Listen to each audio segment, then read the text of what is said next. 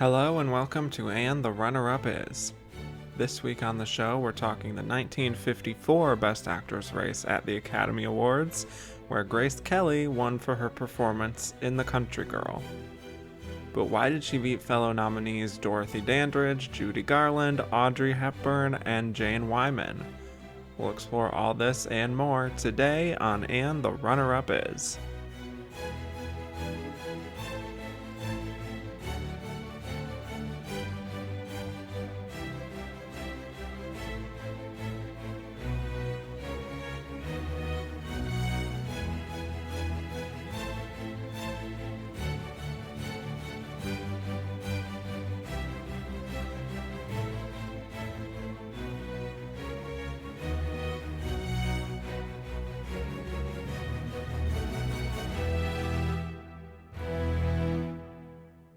Hello, and welcome back to And the Runner-Up Is. I'm your host, Kevin Jacobson, here to talk about the 27th year of Best Actress at the Oscars, which cover the films of 1954. We'll be talking about why Grace Kelly won, why the losers lost, and who we think was the runner-up of this Best Actress race.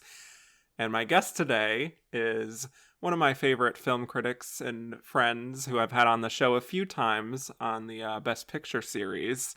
We talked about Traffic, we talked about Roma, two very fun years, and here's another fun year to talk about here.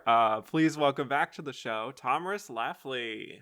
Hello, everyone, and hi, Kevin. Thank you so much for having me again. Of course, and for such a fascinating Best Actress lineup, one of the more iconic, I would say. Indeed. I mean, I was, when you were asking me what year I would like to talk about, I looked at this year. Audrey Hepburn, Grace Kelly, Jane Wyman, Dorothy Dandridge. I'm like, Judy Garland? Are you kidding me? Obviously, I want to do this year. Yeah, it's all stars, truly. Yeah. Well, before we dig into this category, Tomris, I would love for the listeners to get to know your taste a little bit in Best Actress. So my first question I ask every guest is, who is your favorite Best Actress win of all time? And I first would like to say that thank you for the pre-warning that you were going to ask me this question, because it's been, even knowing that this was coming, it's been definitely an exercise going back and then trying to pick. Kevin, I am so sorry. I don't know if I have a favorite one. Instead, I'm gonna give you a list of people. Give me the 5 nominees for your the favorite. 5 nominees for my favorite. I started watching the Oscars, as a lot of people in my age group did, like, if you're, obsessed with this show as I am, in the 90s. And I can't help but not mention Holly Hunter's performance in the piano as one of those 5, because A, yes, it's legitimately a great performance. And B, that was around the time when I was at the infancy of really caring about awards and who was going to win. So that is a surefire in my list. I love Kathy Bates in Misery. That's another great win. I would have to say Liza Minnelli in Cabaret, which is not completely unrelated to, what we're going to talk about today.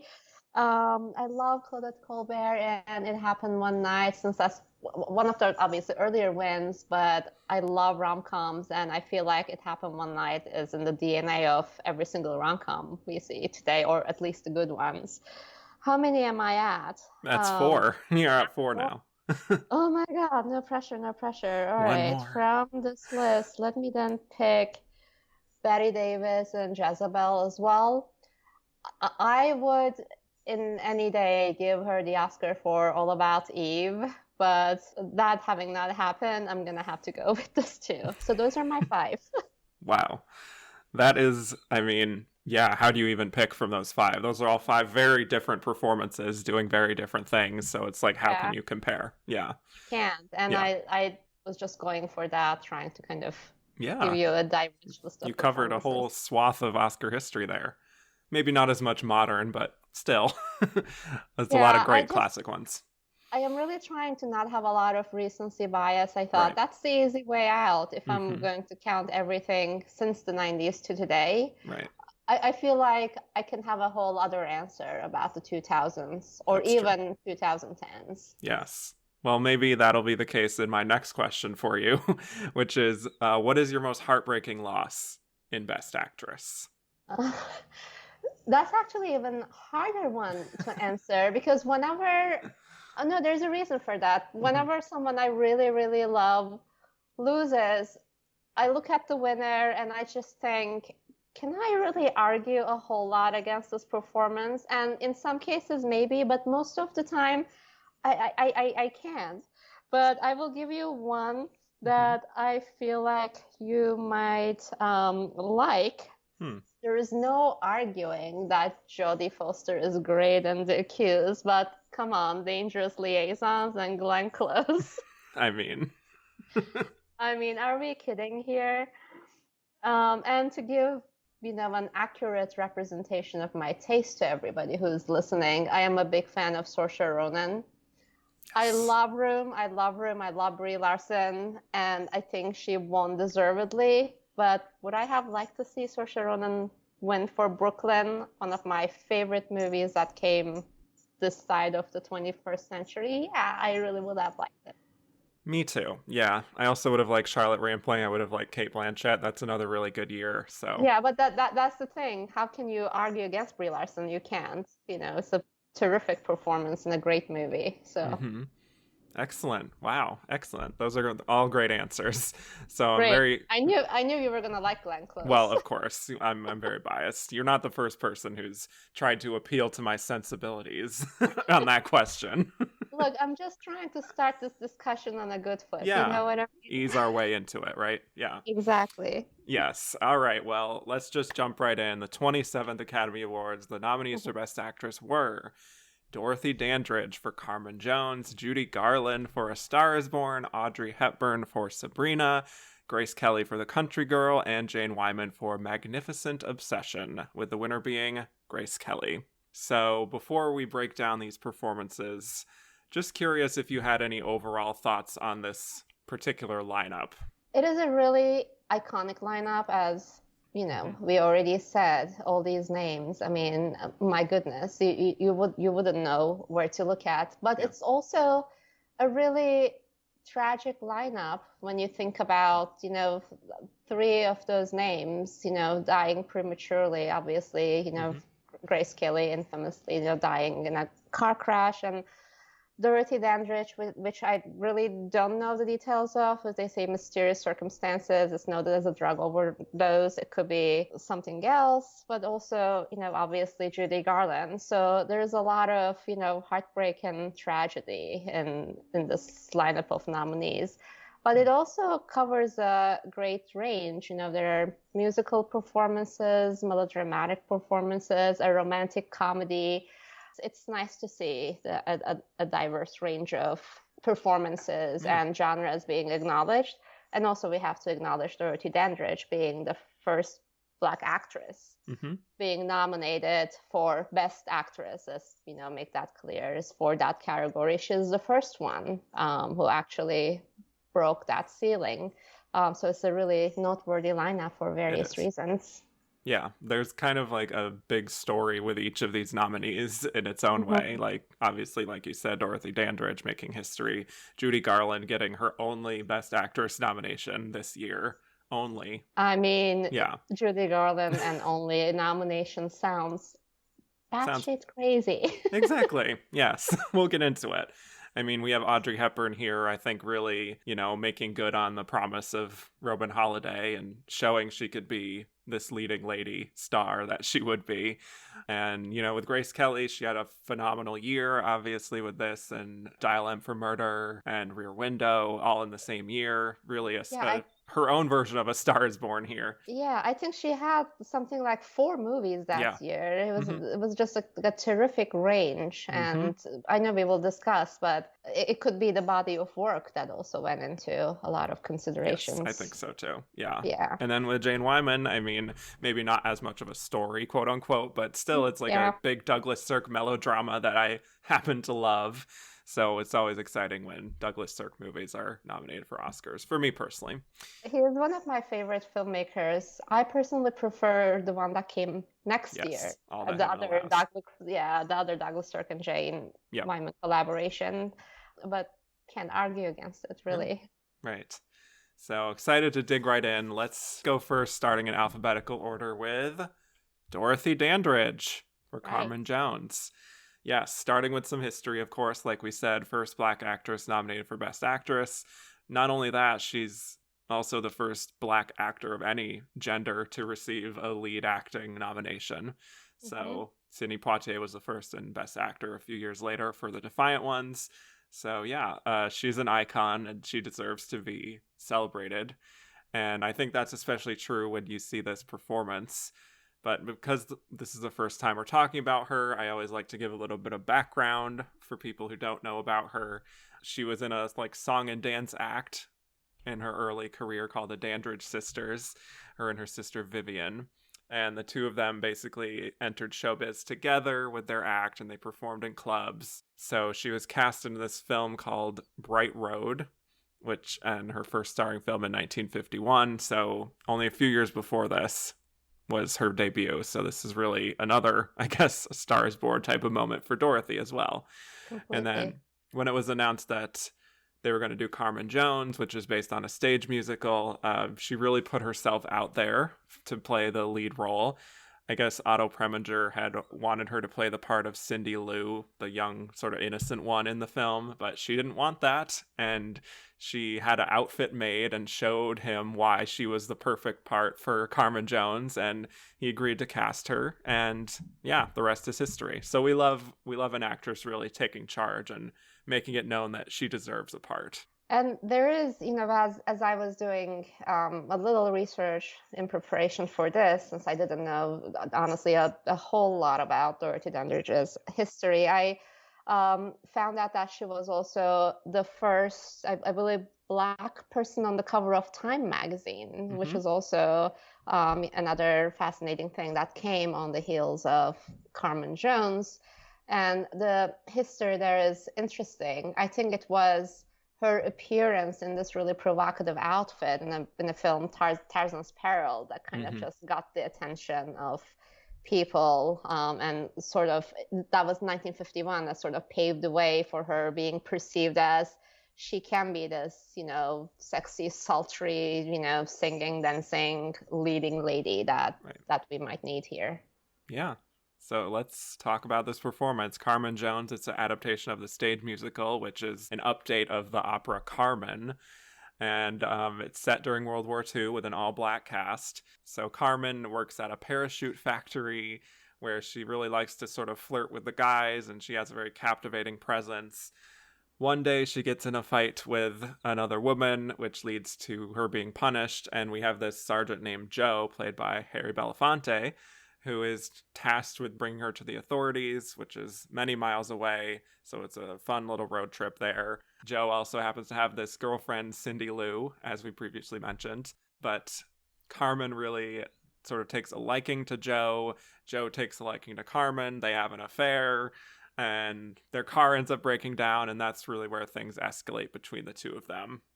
But yeah, she doesn't want to go to jail, so she runs away. It's a whole thing. Very messy. The whole thing very messy is exactly how I would sum up. Yeah, right? That's my film critic feeling on it. Yes. But what opera isn't? That's true. You just asked me to sum up any opera, and I have to, even the ones like Tosca that I love, I would scratch my head. It's the whole thing. It's very messy, right? Yeah, all right. Let's talk about it. Tomris, thoughts on Dorothy and her performance in this film? I think where we should start is the singing in this film.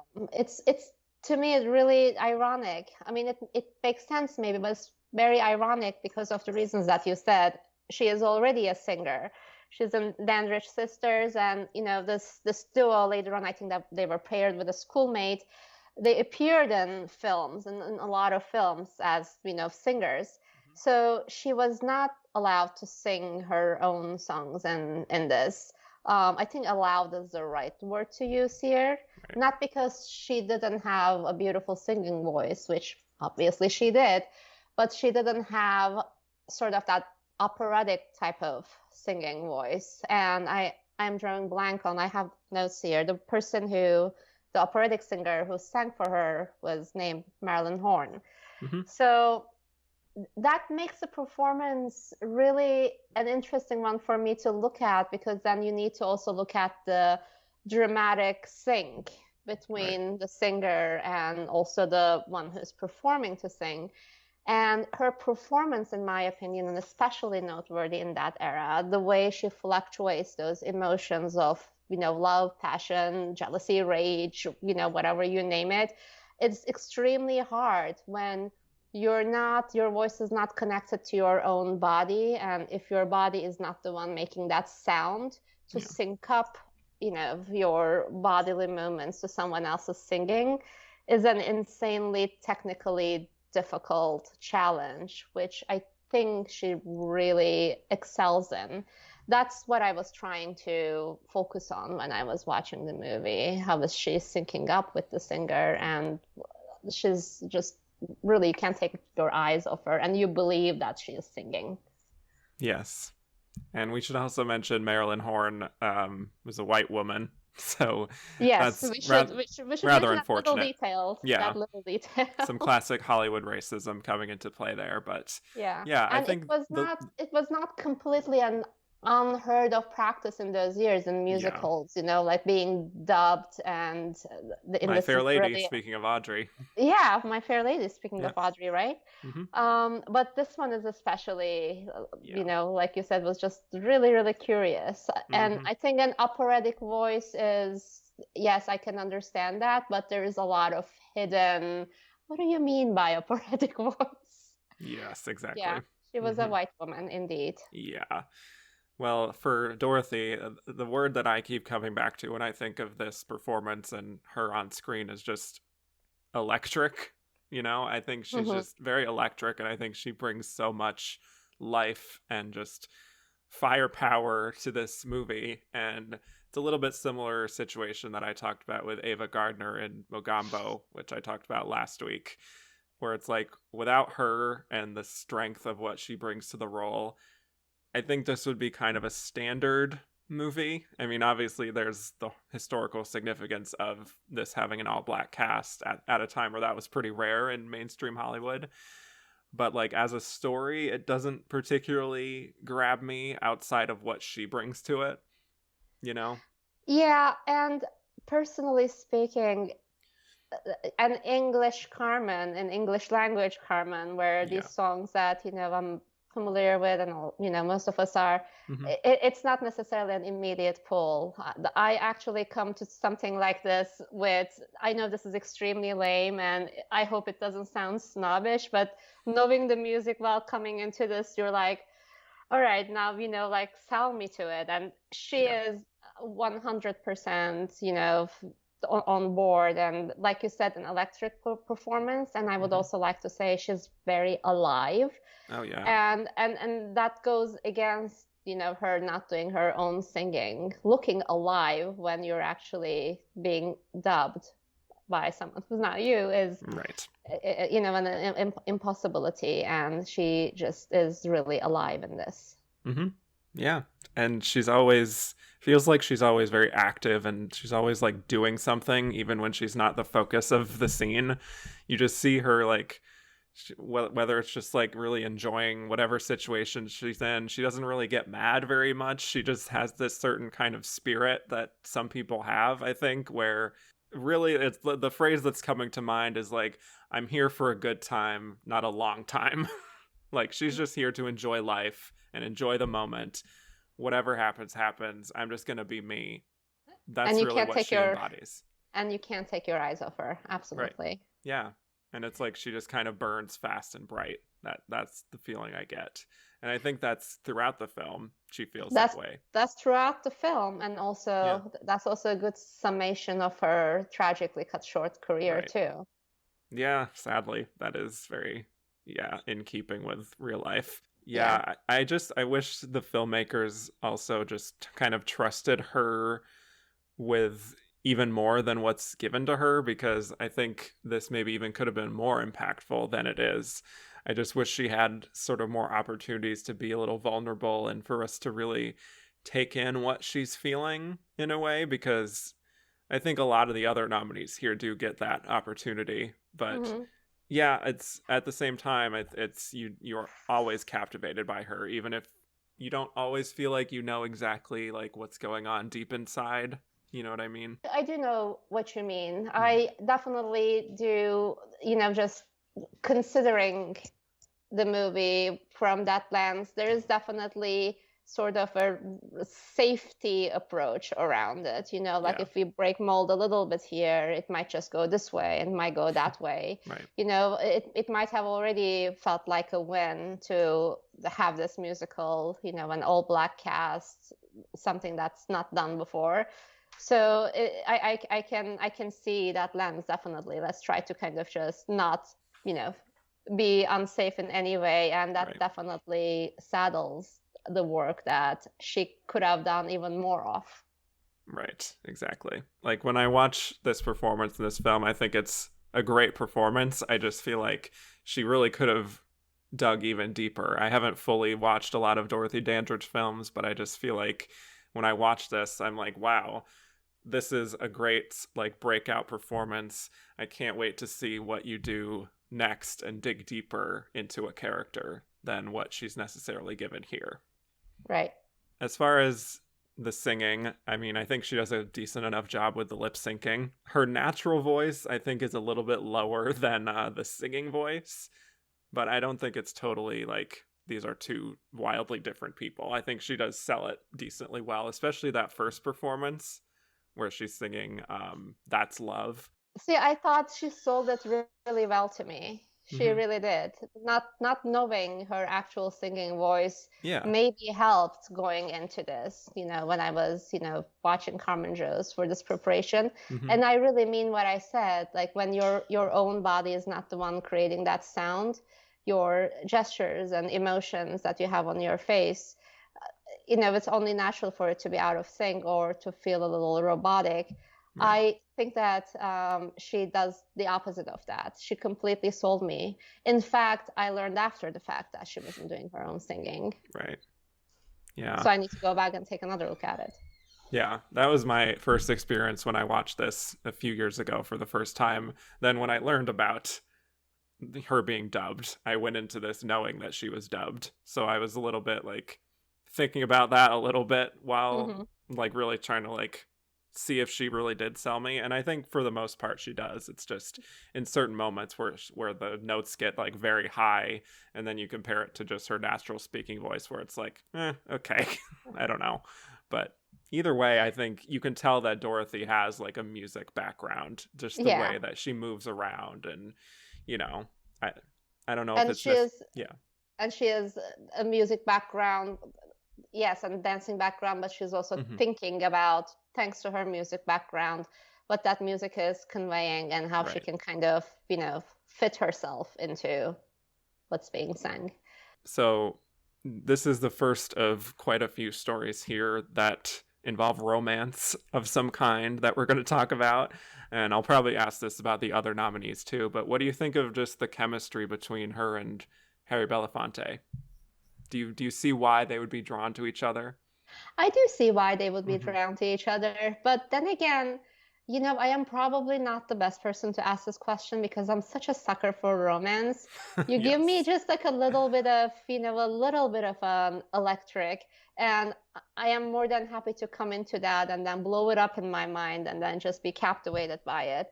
But yes, I completely do see their chemistry. Maybe not as well as some of the others that we're about to speak, but it is there, and for the most part they do what they can with it. Yeah, I actually think of all the romances that we'll be talking about that this is one of the more convincing ones. Really? First of all, I think they both look incredible, just to be shallow. First of all, I mean, they're just so fun to watch on screen together. I mean, if you can't be shallow about some gorgeous Hollywood actresses, who can we be shallow about? This is true. And I think Harry Belafonte too is Yeah. quite striking in his day. Yeah. But yeah, there's definitely a magnetism there. I find that even though the way the story is presented, it feels sort of like she's like trapping him in her web or something. Like the first song that she sings is "If I Love You, That's the End of You," like that whole thing. You definitely see why he would fall for her, and also he's this big handsome sergeant who she has fun sort of sparring with. So yeah, they make it work well enough. Right. So then I like another song that she sings at the club with Pearl Bailey and the others about like maybe escaping to Chicago and how it's only half a day away, just how tempting that is for Carmen. And I think there's some complexity there where we see it all playing out on her face. Like, do I escape? Like, there's something appealing about that. But then Right. I would also be abandoning Joe, who I might be falling in love with. I think she navigates that pretty well, and I really enjoy that particular song. So that's a highlight for me. My highlight. I would probably not recall the song title properly, but is it called That's Love? Or Yeah. That's one of the things that I would just call a highlight. Yeah. It's an interesting film. Eventually, Joe does sort of come around, and he gets in a pretty bad fight with, him wanting to be with Carmen, which means he also has to sort of evade the authorities himself. So they have to sort of hide out together. But of course, she starts to become very restless, and that's where it's like she can't be contained. She always has to be part of something. And that's why she goes off to be with her friends. And you really feel, I think, in the body language how, like, when she's settled down with Joe, there's a part of her that's like, I have to be outside being a part of things. I can't be contained in this one room and have like this one relationship with this guy. I have to do all these other things. Like the restlessness, I think she really carries well. And that restlessness that you talk about is one of the things that to me is, kind of ahead of his time, about stories like that. Because when you have that hunger these days, like that's something that we've seen. But of a woman character having that hunger and being allowed that restlessness to think about what else is there and to kind of elaborate on that, and being allowed to do that is an incredibly ahead of his time thought, and she completely earns it. Yeah. Unfortunately, the ending is a bit of a rough one. You could say. Yeah. And I wish it didn't. But it's opera, right? I get it. It's a tale as old as time, all of that. But it's just, I wish it didn't feel a little bit like punishing this character for just sort of living life on her own terms. But that's sort of how I felt by the end. Obviously, it's hard to look at it through a 2022 lens, but yeah, I wish she got like the final word in this story. But that's the tragedy of it all. I get it. Yeah, that is the tragedy of it all. Then looking at like some of my other favorite operas, and I don't know if I would normally count Carmen as a part of that, but there is always that tragic, melodramatic punishment in the end that, the exit is all the more powerful because of it. That, it's not a happy end, it's a tragic end, but oh, what could have been if it weren't so. So that's also Carmen. Carmen Jones. That's very true. Yeah. Either way, though, this is a really good nomination. I do wish we got to see more nominations from her. Unfortunately, she didn't do a whole lot more in film after this. She was in Porgy and Bess in 1959. So which was also its own story, its own big, messy story. It's a film that I actually saw for the first time just a few years ago. I think pre-pandemic, they were doing a rare screening of it here in New York. And, obviously not in our topic, but there's just a lot to talk about there. And it also kind of directly relates to the history between Otto Preminger and Dorothy Dandridge as well. Yeah, but her career was also cut short because she died in the 60s. She was only 42. Yeah. But very fascinating figure. She's definitely been memorialized to a certain extent. She has a star on the Walk of Fame. Like, Halle Berry played her in a movie and won an Emmy. She also shouted her out in her Oscar speech. She did. And then we just also need to remember it was, Dorothy Dandridge's nomination, for a 54 movie at 55. It took 5 decades for a Black actress to win that award in that same category. And it happened to be Halle Berry, and also it happened to be her who played Dandridge, which is an interesting connection. Very poetic there. Yeah, very poetic. And unfortunately, as of this recording, Halle Berry remains the only Black actress to win Best Actress in 94 years. Yeah. Which is really, shameful. Quite, terrible. Terrible, but also there's just a lot to talk about in that terrible. That just makes it even more heartbreaking. That's its own discussion. It's its own discussion. But yes, it took 5 decades, and we're kind of a couple of decades almost removed from those 5 decades, and still nothing. Yep. Well, I think it's time to move on to our next nominee, unless you had anything else on Dorothy. I mean, more about her personal tragic history, how she was kind of treated by the studio. Maybe not so much relevant to her performance and to this discussion, but definitely adds to the way that white Hollywood felt entitled over this woman's life. We should mention she was in a relationship with Otto Preminger. And around this time, I think around the time of Carmen Jones, she was forced to have an abortion. She was pregnant because it kind of, I don't know how much truth there is to that, but kind of clashed with like the sexy image they were trying to create for Carmen Jones, and a pregnant Dorothy Dandridge was not going to be that in their eyes. So that's just, when you think about this heartbreaking history in the context of a career cut tragically short, it just makes her even a more significant tragedy in the history of Hollywood tragedies. Yeah, absolutely. And I do think that very well tees up our next nominee that we're going to talk about. Speaking of tragic Hollywood history in many ways, Judy Garland. Oh, man. In A Star is Born. Where to even begin? I don't even know where to begin. Yes.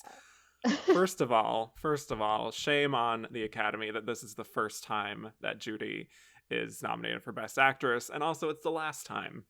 Because, only lead actress nomination. She did get another nomination for supporting actress for Judgment at Nuremberg, but and then she was given, I think, an Academy Award related to Wizard of Oz. Yeah, juvenile, which, I know it wasn't meant that way, but now it sounds kind of condescending. It does, very much so. Yeah.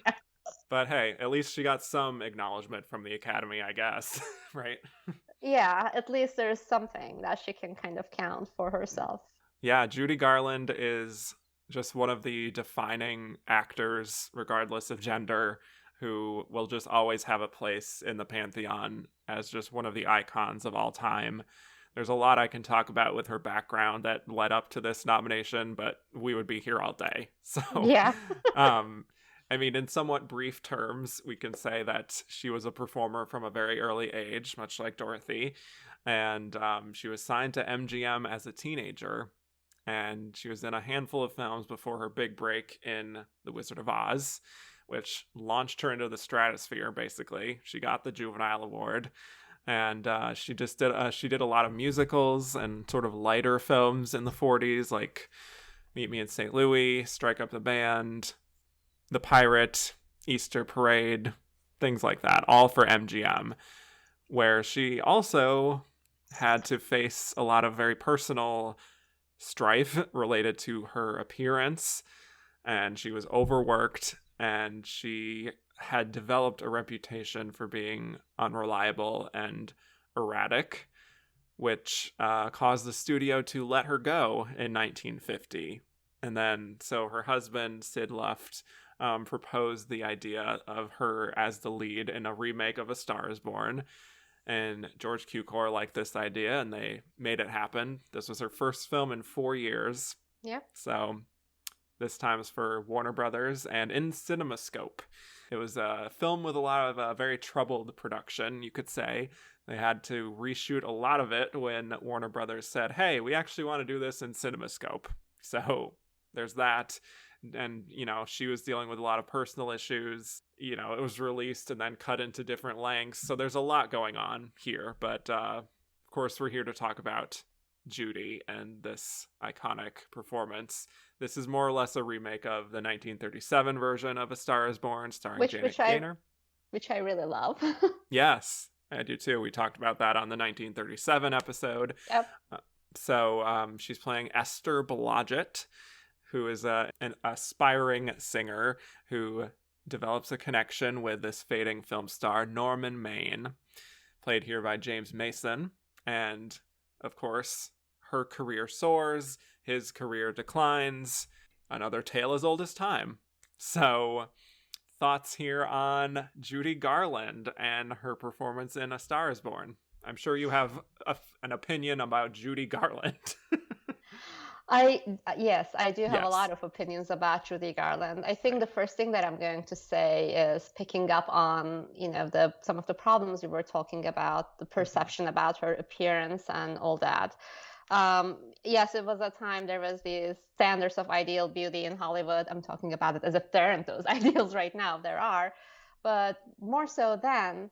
And I don't know that people didn't know what to do with Judy Garland's unique features and face, but ironically, it's that very unique face and very unique features in her face that just make her so captivating.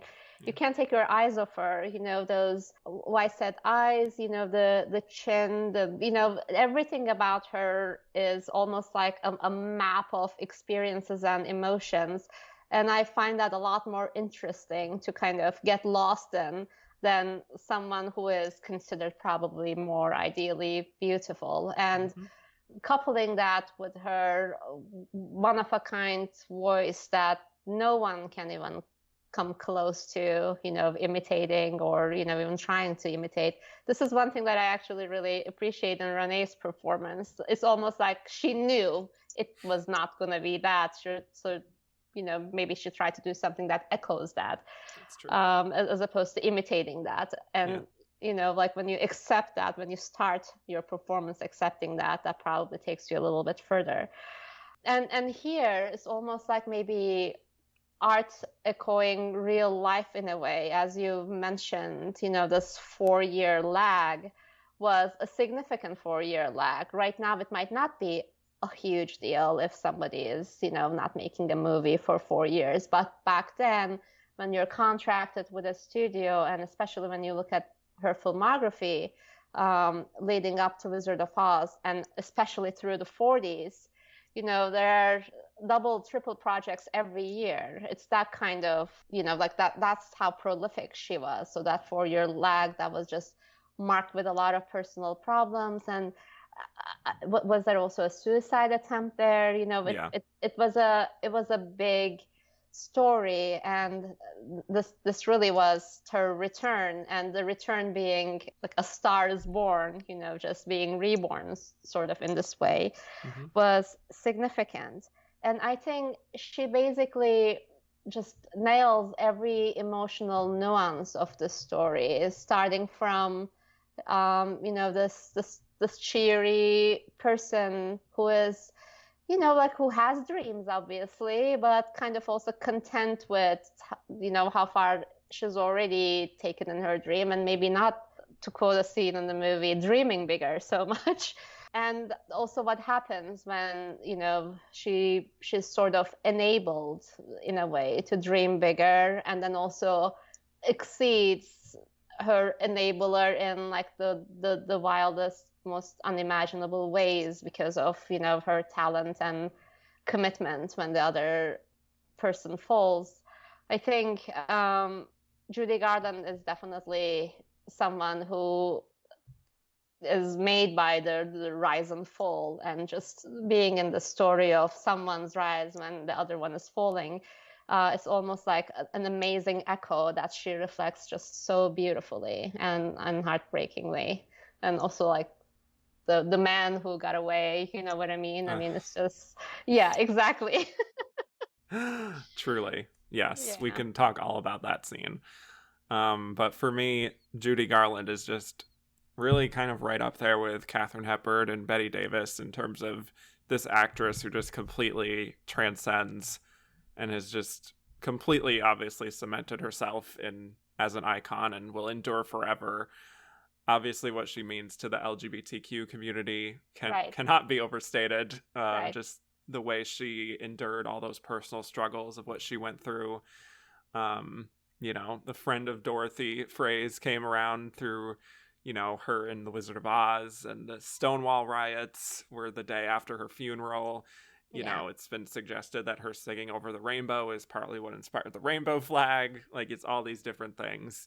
And also just her incredible, as you said, a very one-of-a-kind voice. She was just this once-in-a-lifetime kind of performer. And I think you see pretty much all of that in A Star is Born. Like, it's all just laid out there for you. And she's giving you the amazing musical numbers, the high drama, the tragedy, the comedy. It has something for everyone, I think. And just watching it again, it's really kind of undeniable, I think. Especially you see all the range and shades that she can kind of chameleon herself into in that montage, sort of like earlier on in the movie, as she's just rising and rising and rising with like one song number and dance number after another. You know, like she just basically gives you her range in a silver platter. And if you cannot respond to that, then I don't know what a person can respond to. Exactly. But, you know, at the same time, I think there was a certain feeling in Hollywood about her reputation. You know, Cary Grant turned down this film. He would have been the James Mason part, in part because he wasn't sure about working with Judy Garland. So it's like, even in spite of her reputation, I suppose, I think at the same time it was just impossible to really deny what she was bringing to this film, you know? And that's why, at the very least, she's nominated. And that's the reputation also. When you kind of dig a little bit deeper into Judy Garland's childhood from back in, you know, the Wizard of Oz days, and how, you know, entitled, once again, the word that I would use, the studio was about her weight, about her appearance, about this and that. I just feel like you cannot help but have to be a defensive kind of person after a while, to, if for no reason, to protect yourself a little bit, to protect your sanity and also your artistic capabilities. So it's just so tragic when difficult is a sign of genius, when it's a male filmmaker or performer. But with women, obviously it's just perceived so differently. You know, it's not a sign of genius. It's just a sign of you're a difficult person, and that's it. Which is a really unfair label that a lot of iconic women get labeled with, and Judy Garland is probably one of the biggest examples of that. Yeah, especially in her case, because it's tragic, because she was formed essentially to become the person that she was. And it's people have even talked about like how when she was present and healthy and happy, she was great to be around, but it's just the studio really just sucked the life out of her in a lot of ways, and it sort of made her act out in these erratic ways. It wasn't her actively doing these things. It was like just the years and years of 7-day work schedules, 18 hours, you know, and pumping her full of drugs to uppers and downers. And it's just, how do you expect anyone to come out of that and be like this cheery, happy person who's just willing to do whatever? Like, of course she's gonna act out in certain ways. You know? So there's more nuance to it than just, oh, she just had a bad reputation. And I think, you know, most of the actresses that I talk about on this show, who I do praise, are also able to blend that strength and vulnerability to their character and make you really feel what it is that they're going through without necessarily begging for the audience's approval. you know? And I think with Judy, it's kind of the same, even though there's like a desperation and kind of like an aching feeling with this performance. It's also just so raw, I think, especially here.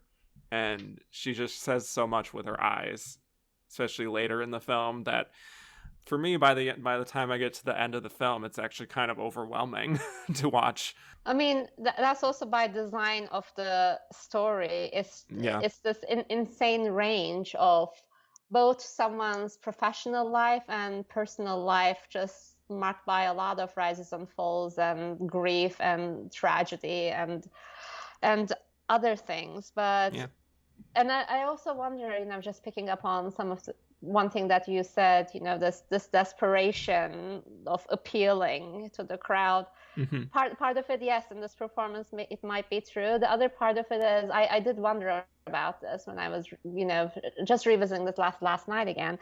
How much of it is something that I'm projecting because knowing the backstory, you know what I mean? But the rawness that you talk about is 100% there. Just giving it her all, just also both as the character who is on this journey to stardom, also as Judy Garland, who is on a very different journey to be back on the road to an accepted form of stardom. Right. So there's a lot of things going there, both on and off screen. Exactly, which I always find fascinating, just as a film lover, when there's that parallel feeling when an actor and a character is sort of on a similar path like that. And I sort of thought about this a little bit too when Renee Zellweger was playing Judy Garland, because I'm not saying in any shape or form her story is, half as tragic or any resembling of Garland's, but as someone who, just had a lot of comments about her appearance and also the change in appearance and kind of disappeared a little bit from I was thinking along those lines too, how it must feel for her to portray somebody who went through that to the most extreme degree imaginable.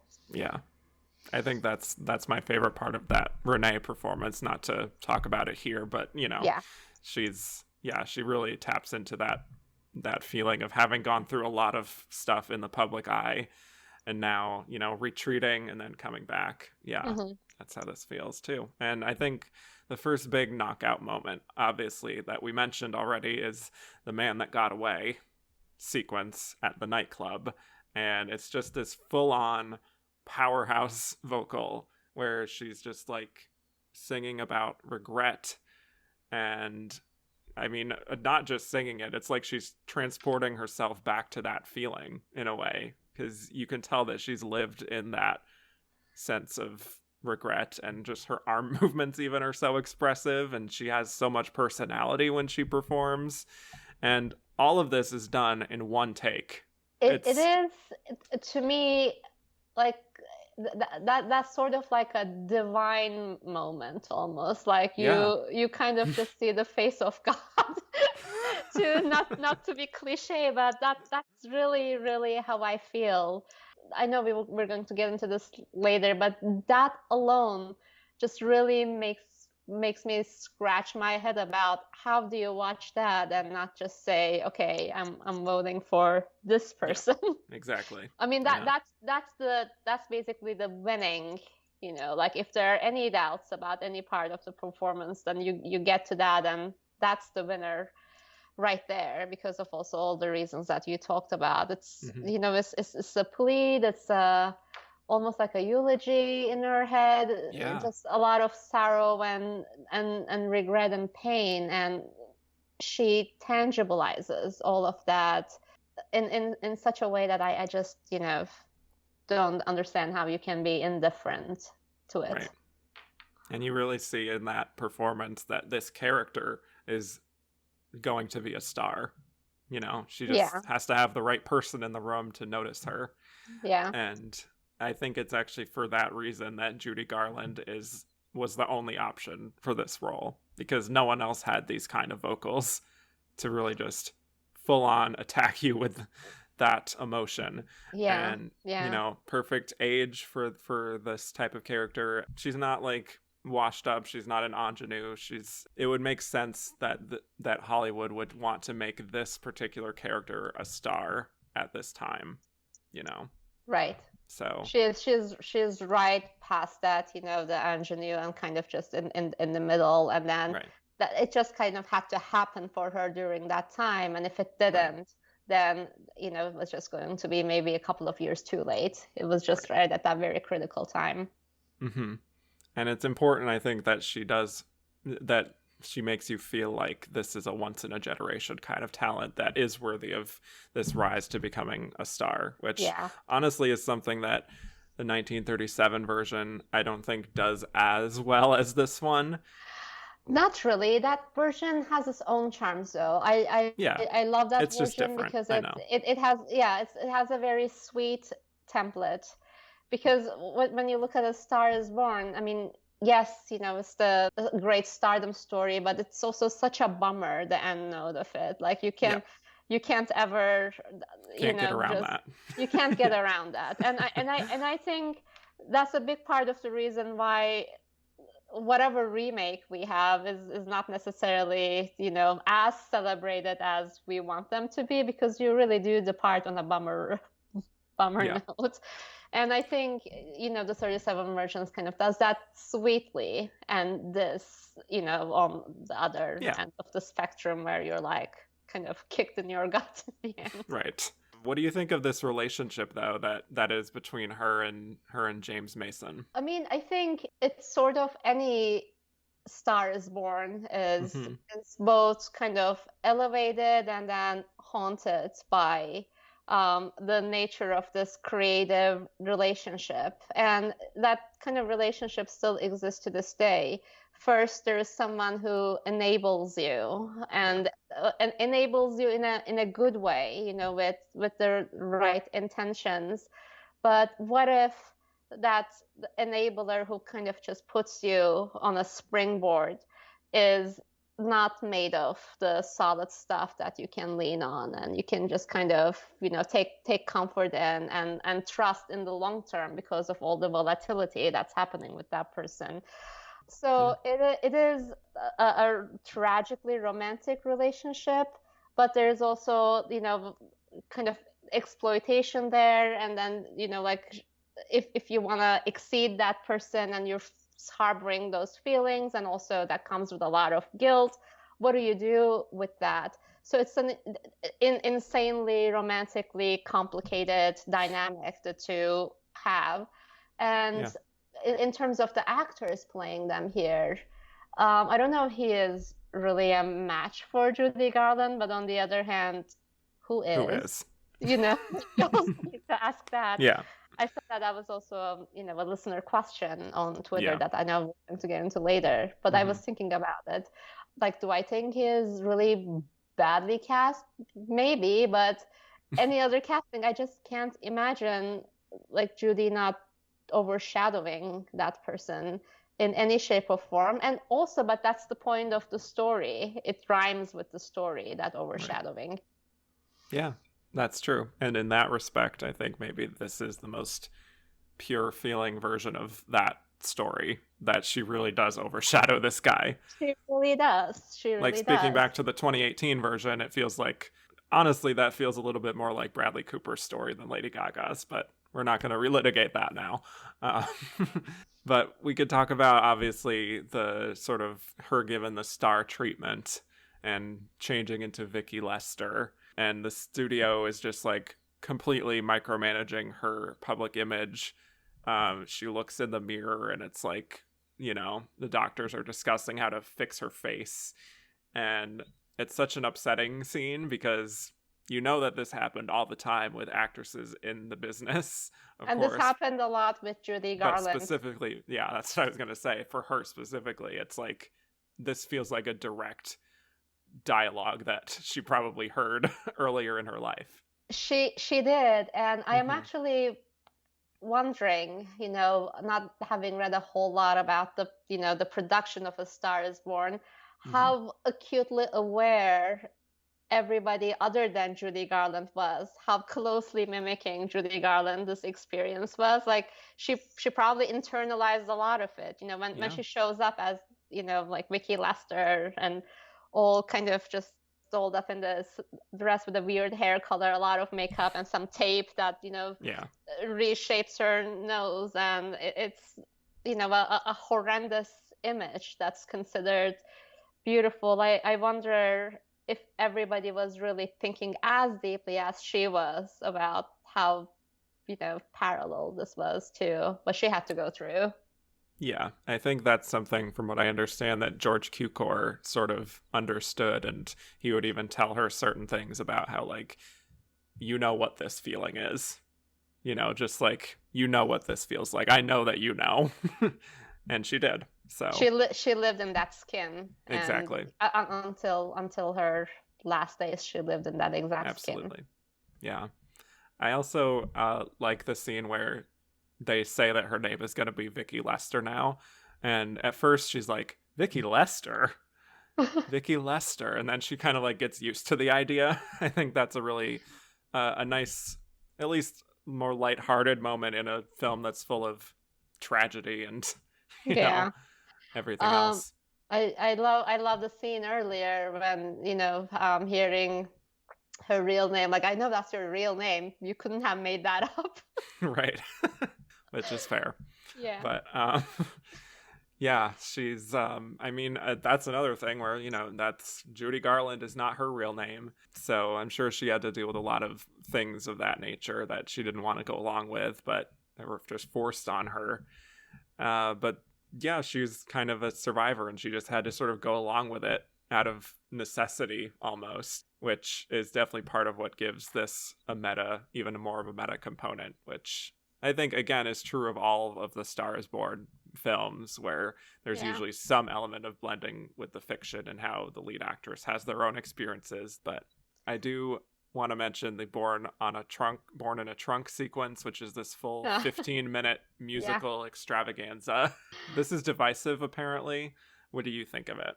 Oh, wait, divisive how? There are naysayers just in the sense of it. that the fact that it is this long, you know. Yeah, I mean, I do think maybe it's somewhat kind of takes you out due to the length if you are that way inclined. But on the other hand, it's such a fascinating, undivided opportunity for a performer to, you know, just show an insane nonstop range and kind of corner you with it. And just when you think it's done, and another, you know, thing starts. And that's sort of like, you know, buys you in completely and fully. I didn't realize it had its naysayers. I mean, could it have been shorter? Probably, but that's my feeling about this version of Star is Born in general. Well, that's fair. It's 3 hours long. It's 3 hours long, and you know, when you're watching it, you realize that there are actually ways of condensing certain things without taking any scenes out, but, you know, tightening those scenes. You definitely do think that, and maybe this is one of those moments, but it's not a moment that I personally have a complaint in. Like, who doesn't want to see her transform for a full sequence? Yeah, I mean, this is just like full on costume changes. Yeah, like high energy ballads, song and dance numbers. It's like all these different styles, group numbers. I feel like it basically becomes like a Judy Garland concert for 15 minutes, and that's what I mean. Who's complaining about that? Yeah, that's what I mean. That's basically the buy-in to, you know, this is a little taste, just a little taste of everything this person you're watching can do, and that just actually brings a lot of cred to the progression of the movie, in my opinion. Definitely. Yeah, and then so that's only the first act. There's still a whole other second act. I don't want to get totally bogged down in everything, but this is where we get more dramatic scenes, less of the musical numbers. Obviously, we have to go into the tragedy, but I think for me, the scene outside of The Man That Got Away that I always come back to with this performance, that I think, how do you even deny this woman an Oscar, is the scene where she's on the set and she's backstage and she's been told that Norman has been put away in a sanitarium. I find that scene to be so emotional and resonant every time I watch it. I just feel like she completely transcends, and she just feels so helpless about this situation, and she's very desperate to make sure that he's okay, and she just really breaks down. I think I just wrote... heard your voice shake a little bit talking about this scene. This is like one of the first times, because I'm going through this chronologically, Best Actress, one of the first times where I genuinely did tear up in a scene. It's just, it gets me every time. I actually wrote down part of this monologue that I really connected to, where she says, "What is it that makes him want to destroy himself? You don't know what it's like to watch somebody you love just crumble away bit by bit, day by day, in front of your eyes, and stand there helpless. Love isn't enough. I thought it was the answer for Norman, but love isn't enough for him." And that's, what I was kind of alluding to a little bit when you asked me about their relationship, what I think of it, which is, sort of all the Stars Born relationships to a degree. But in that moment, you actually see some of those things that I was talking about rise to the surface, that intense love and also guilt when she's there and then the person she loves isn't, and that complete, I really do not know where I fit in his life and in my life and in my success and in his fall, all of that kind of collapsing down in that one moment of realization of how this impossible situation that is not her fault closing in on her. Yes, that is, I would agree, another moment where it's kind of insane that she was denied her Oscar. Mm-hmm. It's just very gut-wrenching. I feel like that scene could be very overwrought and maybe dated even, but I think it works as well now as it did in 1954. It does. So there is just the right amount of intensity and tragedy and melodrama, but she wraps that and she sells that to you because of her subtlety. It's not like a scene chewy moment, which it could be, because it's a really big moment in the way that she realizes what's happening to this man. Yeah. And really for the rest of it is her really just being selfless and even willing to give up her own career. Obviously, there's the big Oscar moment, ironically, of her accepting Best Actress and him coming up on stage. We always have that version in all these Stars Borns. Yep. But it's just, you can see just her heart slowly breaking over the course of that second act. And by the end, you just want to reach out and give her a hug and say it's going to be okay, even if it's not. Yeah. There is no way for any of the Stars Borns not to end on a bummer note. Yeah. But she has, of course, her defiant moment as Mrs. Norman Maine. See, that's the moment when, she's on the stage, introducing herself. And I think that's the moment that makes me tear up. Yeah. She really goes out on a high. And this is a very, very special performance. I didn't mention this earlier, but when I've asked people what is their most heartbreaking loss in Best Actress, this is the performance that comes up the most as the most heartbreaking. I didn't put it in as one of mine. I thought that would be a cop-out. We were about to talk about it. That's true. Anyway. Yes. And it's no surprise watching it again that it really, we keep saying it, but how do you deny this performance? And yet they did. And they did. Obviously, there's so much else we could talk about, but we'd be here all day. Any other thoughts for you on Judy Garland in this performance? I think we covered most of the things that I wanted to say. But about, Judy Garland in general, I just want to repeat one more time that I cannot believe she doesn't have more career nominations. I know. I was watching back in December, like we do most holiday seasons, Meet Me in St. Louis again. Yes.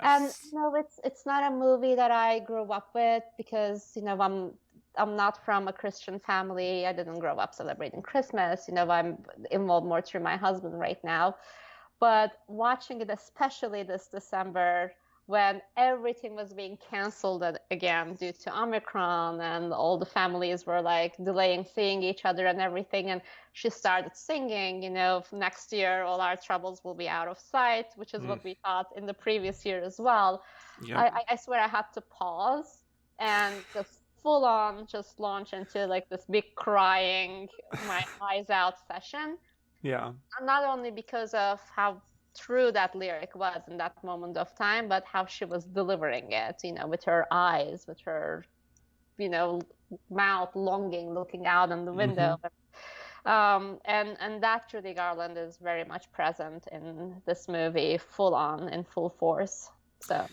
Yeah, I'm tearing up just thinking about it. That particular performance too.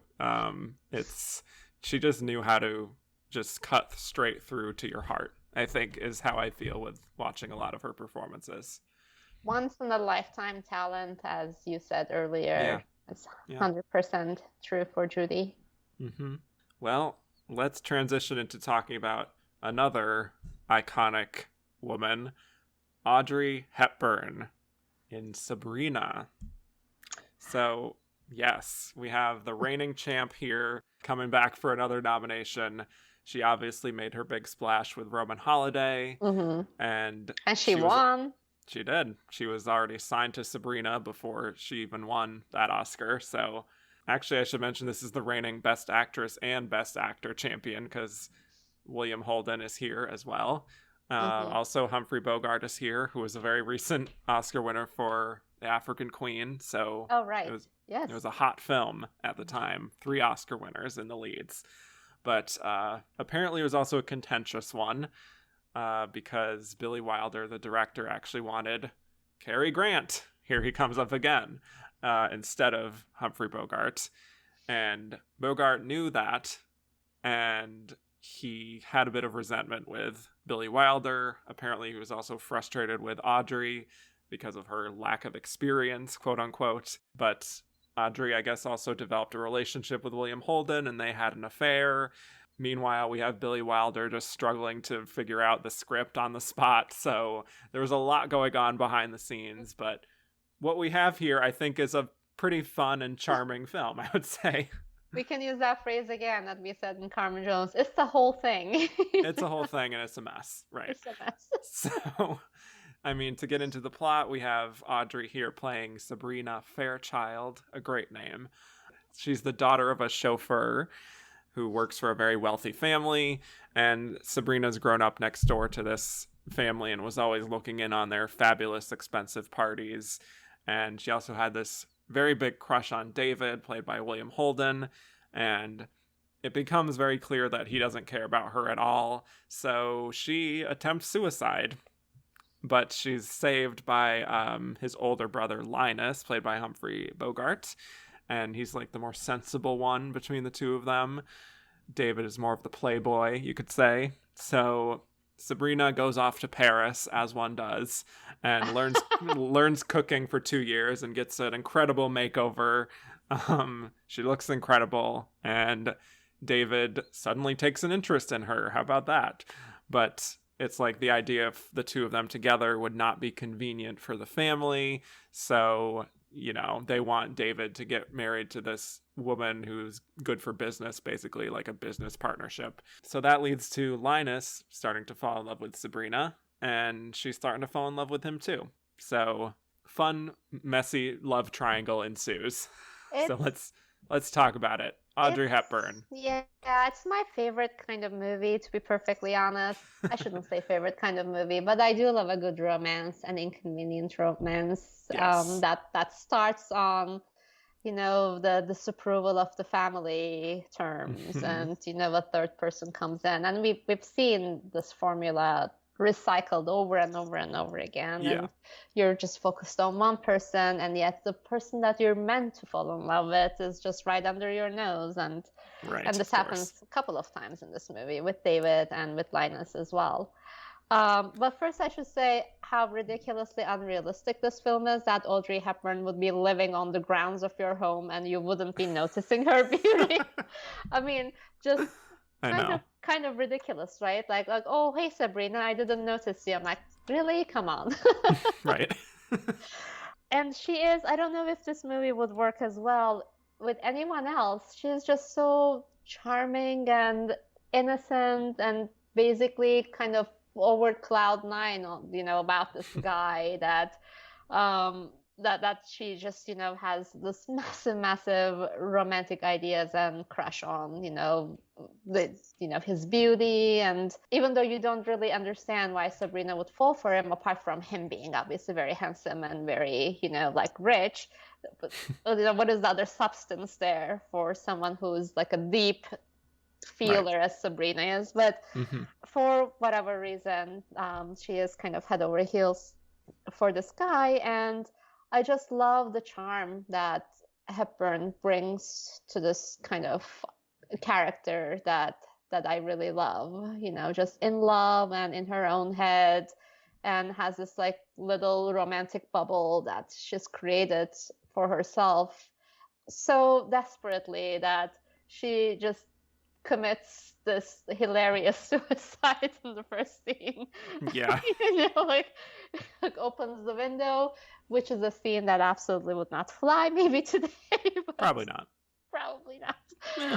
But it would be deemed problematic. But that's the thing. She sells it, probably it was problematic then too. But with Audrey kind of just leading that, you don't question it because it's charming. And then comes back and probably wears one of my most beloved Audrey Hepburn costumes ever in a Larrabee party. That beautiful strapless embroidered gown, and she's great in it. In fact, I have to say I like her in this, and I like this movie more than Roman Holiday. Wow. Well, that's very interesting. I said on the last episode personally that I loved her win for Roman Holiday. With this, though, I think it is comparable in a way to that performance, except going deeper with a character. It's actually sort of what I was more or less saying with Dorothy Dandridge, where Roman Holiday is like this big, great breakout, can't wait to see what you do next, and then this is what she does next, and she does prove herself, I think. Weirdly, also a comparison I'm making is like when a director comes out with a really good film that people take notice of, and it might be smaller and it might be simpler than what they would do later on, but they make such a big impression that they're given another chance and they go bigger with it, they go deeper, and they sort of follow through on what they promised at the beginning. That's what this feels like. She is here an actress and also, a stone cold movie star. Exactly. Yeah. This is one where I wish it was in color, personally. I can't challenge you on that. Who doesn't want to see these like all the dresses? Yeah. I'm always thinking that. But there's also some charm in black and white costuming. Costume designers always say they don't think about color at all. They just have to think about shades of color and how they would like reflect in black and white. And just that gown is perfect for this movie that she wears to the first Larrabee party. Yeah, I think with this performance, it's her really just taking that naturalism and that sort of wistful energy that she had in Roman Holiday, a little bit of that special X Factor magic that we can't really define with Audrey, and then with this, it's like she's using that energy to portray a more challenging character, I guess. Yeah. She's not playing a princess. It's more down-to-earth kind of character who gets an arc, There is definitely something very dust pink about the presence of Audrey Hepburn in a movie. That I think that's the whimsical quality that Yeah. you're talking about. One moment she's this, beautiful kind of head in the clouds, perfect being, almost angelic, like divinely angelic. And then in another moment, a grounded young woman that you see that range, but never that, like whimsical quality, that like dusping happiness that she brings to the screen ever disappears. Right. And I feel like that about most Audrey Hepburn performances. Even something like Wait Until Dark, that beauty, the way the beauty transfers on the screen definitely kind of comforts you in whatever you're about to see. Definitely. I can't help it. Yeah, it is. It's comforting. It's comforting. I think the first part of the film for me is probably the most interesting part of the story as far as her perspective, in terms of just really centering on her, because I think later on it kind of bounces between the three of them to the extent that sometimes we start to lose the focus on Sabrina a little bit. Right. But in the beginning, it's like she's shy. She's, I guess, sort of cast as like a mousy type, as much as you could say that about Audrey Hepburn. I know. I mean, I know we haven't talked about Grace Kelly yet, but just because you put glasses on some person, it's not necessarily selling me on that they're this, less attractive or mousy. That's what I meant when I said, like, imagine Audrey Hepburn living on the grounds of your estate and you not noticing. Right.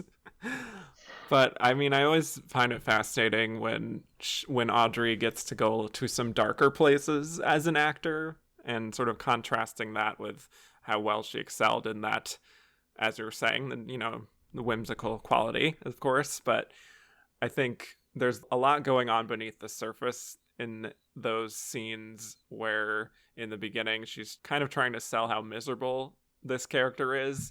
She just looks very numb and sort of empty, like she's just like tired of living this very empty life. And a lot of it is in her eyes. I think the way she just stares and like the body language, there's a heaviness to it that kind of catches you off guard, because this is supposed to be like a nice, frothy little romantic comedy in a way.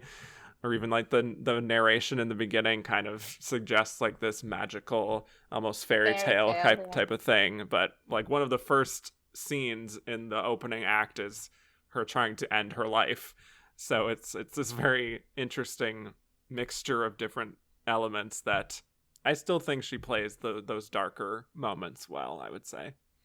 I agree. And she has this really, kind of doe-like, fragile quality to her, and fragility isn't necessarily weakness, but that you can just see that she is the kind of person in body and spirit, like who actually really pays attention to something and then takes that in, and that sort of alters and creates this big emotional storm on her. Like she just looks at it, everything so in that kind of depth. Audrey is just built to bring that dilemma to you, someone who has that fragility and deep thought, but someone who can also be strong in order to survive it and get to the next step. Yeah, absolutely. And then I think the lead up to the big soiree, the big party, is just really excellent work from her. Her body language is a lot looser. She seems more open. David doesn't even recognize her somehow. I'm not really sure. He's just not very bright, apparently, but she's playing along with it, And then just her dancing with David, I think she gives that feeling of like, I can't believe this is finally happening. Like, this is what I've always dreamed of. In the arms of David, the one I've been pining after since childhood. And it's like she's almost on the verge of tears, even, saying nothing, but you really do feel the emotion there. Even if maybe, again, you don't know what she sees in him necessarily, but it's still, she sells it, I think. I mean, it's an out-of-body experience for her, almost like you said, like the moment that I've dreamt of and never thought would happen is here. And about that openness that you mentioned, it's definitely an enabling of, obviously she went to Paris and etc., changed her hair, changed her clothes, but it's also an enabling of the costuming, that you just see a young woman coming back from Paris, back to a place where she never quite felt like she belonged or she fit in, but with that attitude. And then she's been to Europe now and has different clothes, and she can actually compete with some of those, Long Island types. And she's like, I belong and I'm allowed to be here, and has that kind of confidence in her body. But that all of that evaporates back in the party when she's dancing. She's like, I actually can't believe. And then, of course, the other part of it is her relationship with Linus. I'm curious if you feel like she belongs with either of them by the end. Because personally speaking, if it's like Team Linus or Team David, I'm kind of like Team Audrey.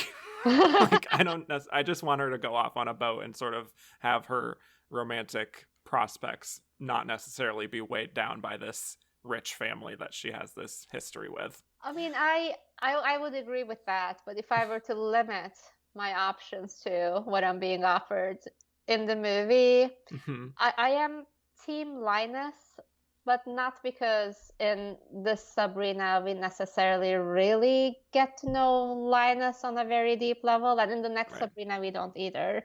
I think Linus is supposed to be this very enigmatic, almost like a Mr. Big type of character that it's just in a way that's not as terrible, although he does do a lot of terrible things to her. Like just the man who you can't really know. He doesn't have a lot of romantic engagements. He's all about his work. So I can appreciate why a figure like that would create curiosity in a person like Sabrina, who's, yes, she's been to Paris, but she still has a whole lot of growing up to do in the emotional and romantic spectrum. She's still a very inexperienced person in that department. But my feeling with Sabrina is I always felt like I'm missing one piece, both in this and in the remake. I don't know. I think I wanna see one additional segment between Linus playing Sabrina, just to kind of get her away from Davis, and Linus falling in love with Sabrina. I think between the act and between the conclusion, maybe there is one more scene that's needed that kind of convinces me that, yes, he really did fall in love with her. I mean, you probably need to be a crazy person if you're a straight guy and you're not falling in love with Audrey Hepburn, obviously. Yeah. But, I've sort of always felt that about Sabrina, but that never was enough for me to put down the movie on the whole, because it's just so charming and she just sells every little thing that happens to her. And happily ever after ending. Like you said, I am Team Audrey too. Maybe she deserves someone else somewhere else. Yeah. I really do think she should just start over fresh by the end and just be done with this family and its drama. But if she has to choose between David and Linus, I think Linus has the kind of weight and that deserves her more. Whereas David, what has he accomplished? Nothing. He's just cute, He he looks like William Holden. That's what he accomplished. Yeah, I mean, yes, that's true. That's true. Yeah. We can't overlook that. He is William Holden, after all. It's a big part of it. Yeah. Who is ironically in another movie we're going to discuss. Exactly. Yeah, he's all over these Best Actress nominees of the 50s, not even this year. But I think with her and Linus, I do feel like I'm missing a bit of a spark there overall, and I don't know if that agree. I don't know if that has to do with like the weird tension between the two of them on the set. Maybe the spark isn't necessarily there, but at the same time, they both seem like these characters. They seem like they're old souls in a way. They do relate more than she would with David, certainly. But I think what you're talking about is probably less related to the tension on set, which obviously is a real thing. Yeah. But it more has to do with maybe they push like Linus as this like closed off, enigmatic guy a little too far. Yeah. And before they could kind of just bring him back from that, we were already at the conclusion. And that's what I mean, that there's that piece missing there. The softening of Linus just went from top to like from here to here from so quickly that I wish there was another step. And that's actually where I think Cary Grant may have been a better choice than Humphrey Bogart. So yeah, Humphrey Bogart is, as also Humphrey Bogart already has that, like just this enigmatic, right. just, where he fits Linus perfectly, but you don't much see the transition. Right. I wish I felt as much of a spark as I do with her and Gregory Peck, for example, in Roman Holiday. I do think there's more of a connection there, but yeah. Again, I don't know if I fault her in any way, more so than just the film and Humphrey Bogart a little bit. But anyway. It's a charming film. I like it. It is. I agree. It's very enchanting, I think. It's very enchanting. It's a good rom-com. Yes. The sort of final act gets a little bit convoluted with all of the different, like how he wants to send her off on this ocean liner alone so that she can basically get away from this family or I guess like buy her off more or less, just be done with her. And she confronts him and it's a whole thing. And you see like the heartbreak and the hurt in her voice. I think you see, again, going back to more of the dramatic challenge that she's presented with more so than in Roman Holiday. Yeah. By the end. The disappointment that she actually really was falling for Linus and then just realizing that she might not mean to him what she imagined is heartbreaking.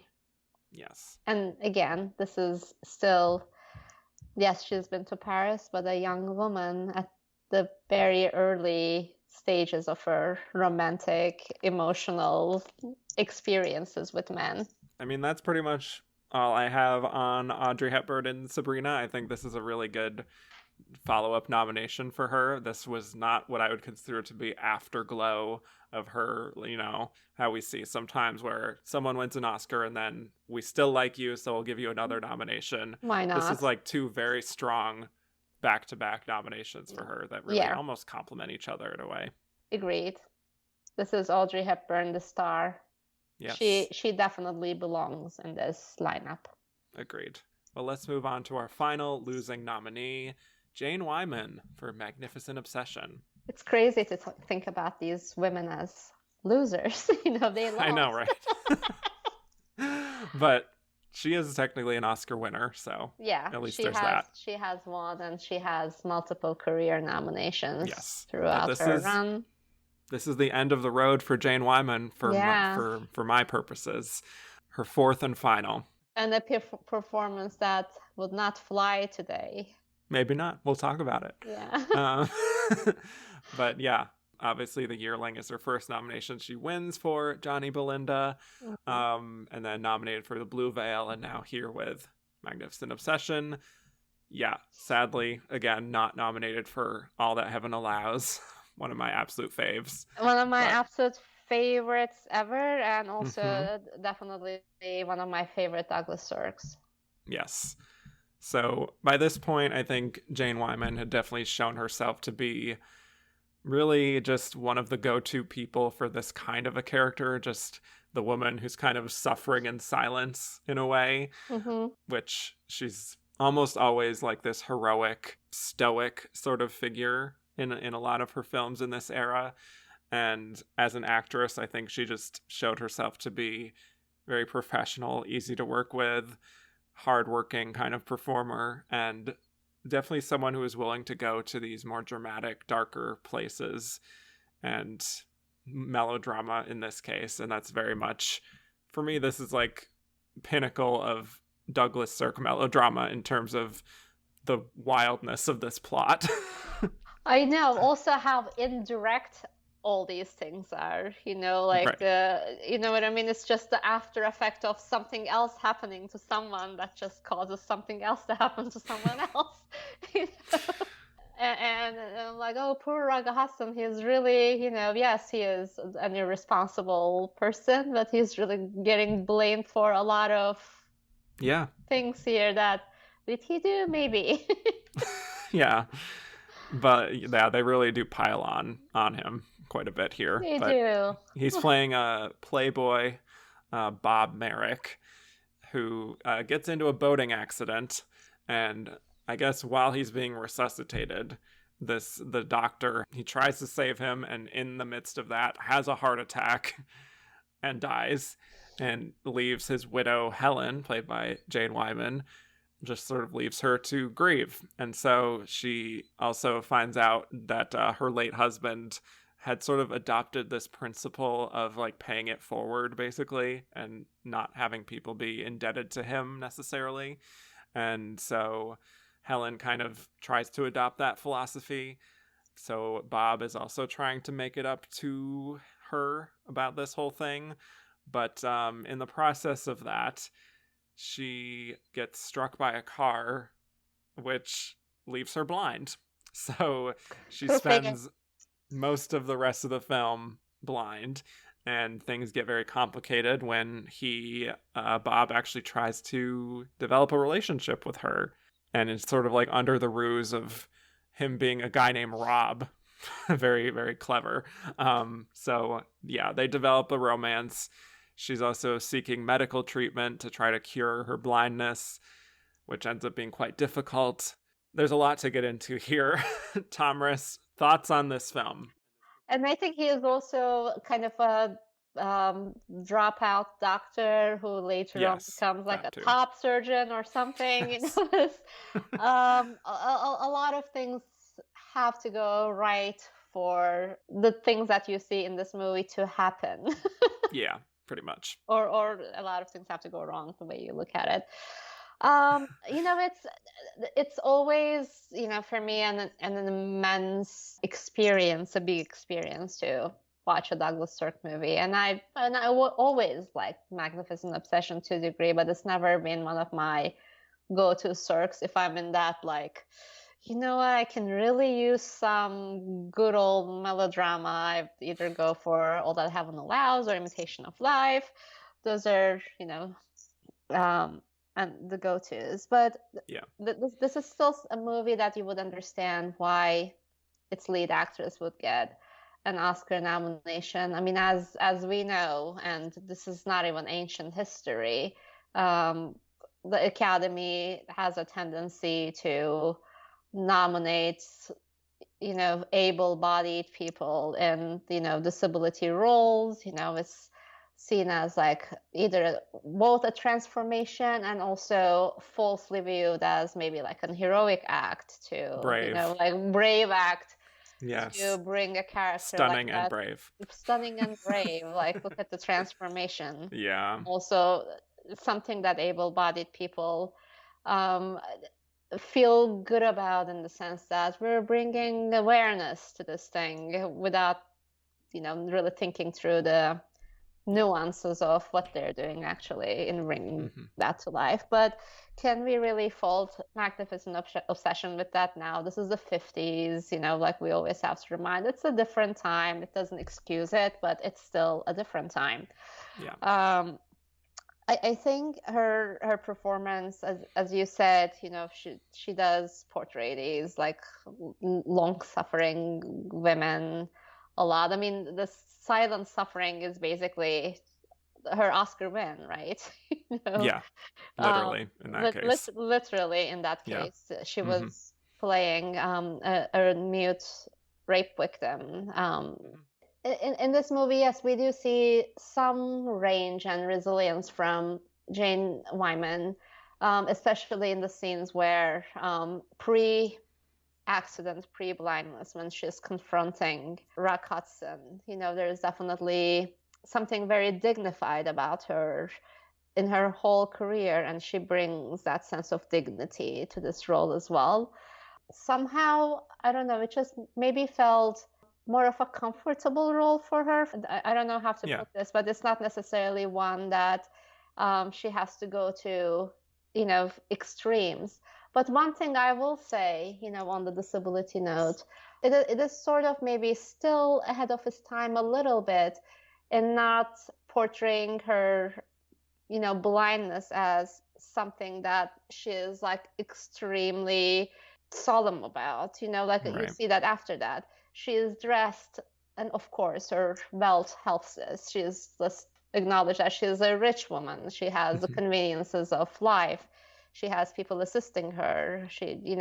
But she's still kind of not falling into the doom and gloom of like, this is, the worst thing in the world. Like you still see her have a dignified life after that and trying to kind of learn her new reality and adapt to that new reality. And that's something that I do appreciate about The Magnificent Obsession to a degree. It's not my favorite Cirque, not my favorite nomination, but does she belong in this lineup? I would say sure, probably. Sure, probably. Sure, probably. Probably not like a winning and campaign there. No, it's not. It's definitely a, nomination belonging. Right. I would, and it stops there, right? It stops there. Yes. It stops there. Yeah. Very much so. I've been a little bit hot and cold when it comes to Jane Wyman. I think she's not necessarily one of those actresses that works for me all the time. I think at her best, she has a kind of stoic strength that is quite compelling and can sometimes actually feel pretty modern, even in the bigger melodramas like this. She just kind of knows how to express an internal journey more so than maybe some of her contemporaries at that time. I think at worst, that stoicism could go into some underplaying, and it could make, if the character isn't interesting enough or their arc isn't particularly compelling, I do find her to be a little on the dull side overall. So she's not necessarily like an Audrey or a Judy where I'm just always going to find something compelling about what she does. It's like very situational. That's something that I was trying to say maybe more diplomatically about, like just looks too comfortable in this role and dignified, you know what I mean? Yeah. Safe, exactly. Mm-hmm. She's in her comfort zone, I guess. She's definitely like, literally. In her comfort zone, yeah. But having said that, I personally think this is actually her best nomination. Oh, you think? Yes. So that's cool. I love when we can end on a high note with an actress that I've covered multiple times. Like I've seen Johnny Belinda, the winner. I haven't seen the other two, so I only have one nomination to compare this to. Yeah, The Yearling, she's straight up not a lead. That's like very much category frauding into lead. And then The Blue Veil is very, very hard to find. It's not even on physical media or streaming, so okay. I would not fault you for not seeing it before. But anyway, I think just this film is very silly and very over the top, and that it really it feels like a precursor to the kind of storyline you would see in a soap opera. But I think she does kind of ground it in a way that is still in keeping with the sort of heightened emotions of the environment, but it's not a very big performance. She finds a lot in sort of the understatement and the little moments in this woman's life, especially after the accident, where she has to be open and very trusting with people. And I think she really makes you feel, personally, I felt for her in this very wild situation that she's found herself in, where she keeps getting put through the ringer, like, blow after blow she just has to keep dealing with. But that's where I think that stoicism and just like the tenacity that she has really comes into play. Helps, yeah. And so there's that. I mean, there's moments towards the end of the film that I do find pretty affecting, and it's part of it is just the Cirque beautiful colors and everything. And I mean, he is, the master of creating this extremely heightened melodramatic environment, and also like that silliness and ridiculousness keeps with, like this big melodramatic terms, you know what I mean? Yeah. Just like this unlikely events blowing up to generate this big, massive, messy, emotional situations. Yeah. I didn't necessarily feel so overtaken towards the end. Like I've seen Magnificent Obsession a number of times over the years, and it's always been a good Cirque, but not my favorite Cirque. Doesn't necessarily sweep me in that tragic mode that I want to be swept in. That's fair. Yeah, I just think towards the end, when we're delving into her really getting frustrated with the fact that she's really wanting to get this surgery and no one is able to really do that for her, and she's just really frustrated about her situation. Those are the moments where I felt something for this character personally. I can definitely agree with that.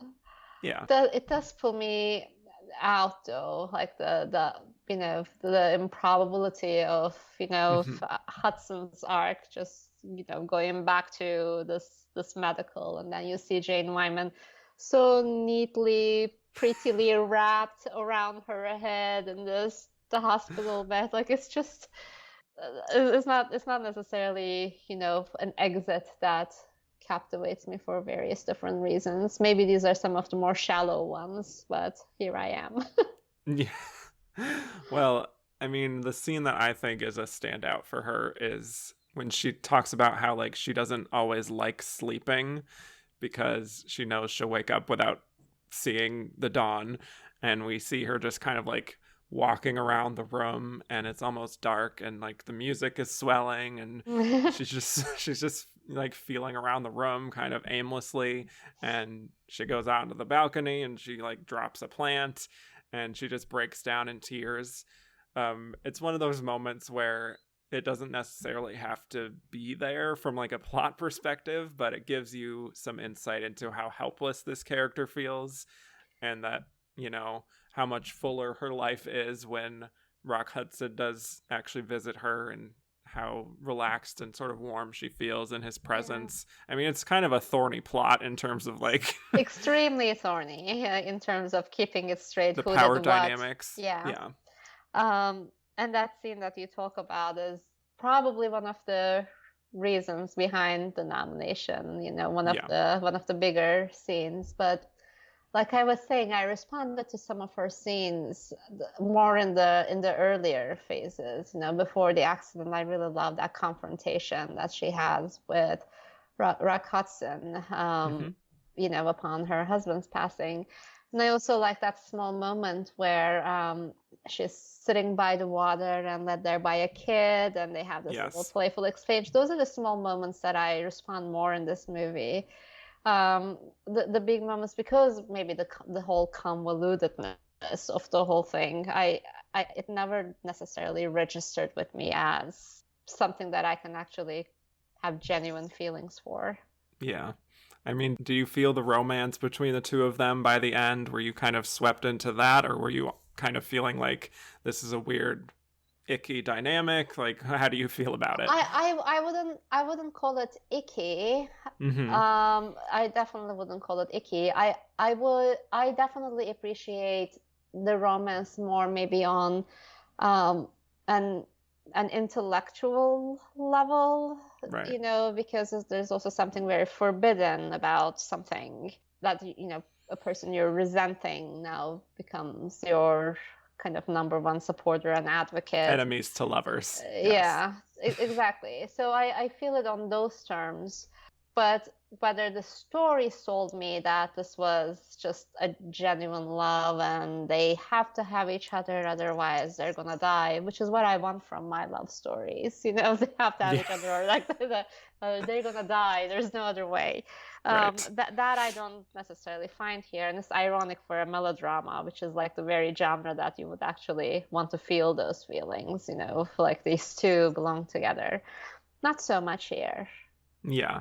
I mean, I always not necessarily respond to every story like this, but I'm always compelled by these kinds of stories that are a little bit messy and complicated in terms of a relationship, moral quandaries of it all, and how a lot of bad things that happen to her are more or less his fault, either directly or indirectly. Yeah, kind of indirect.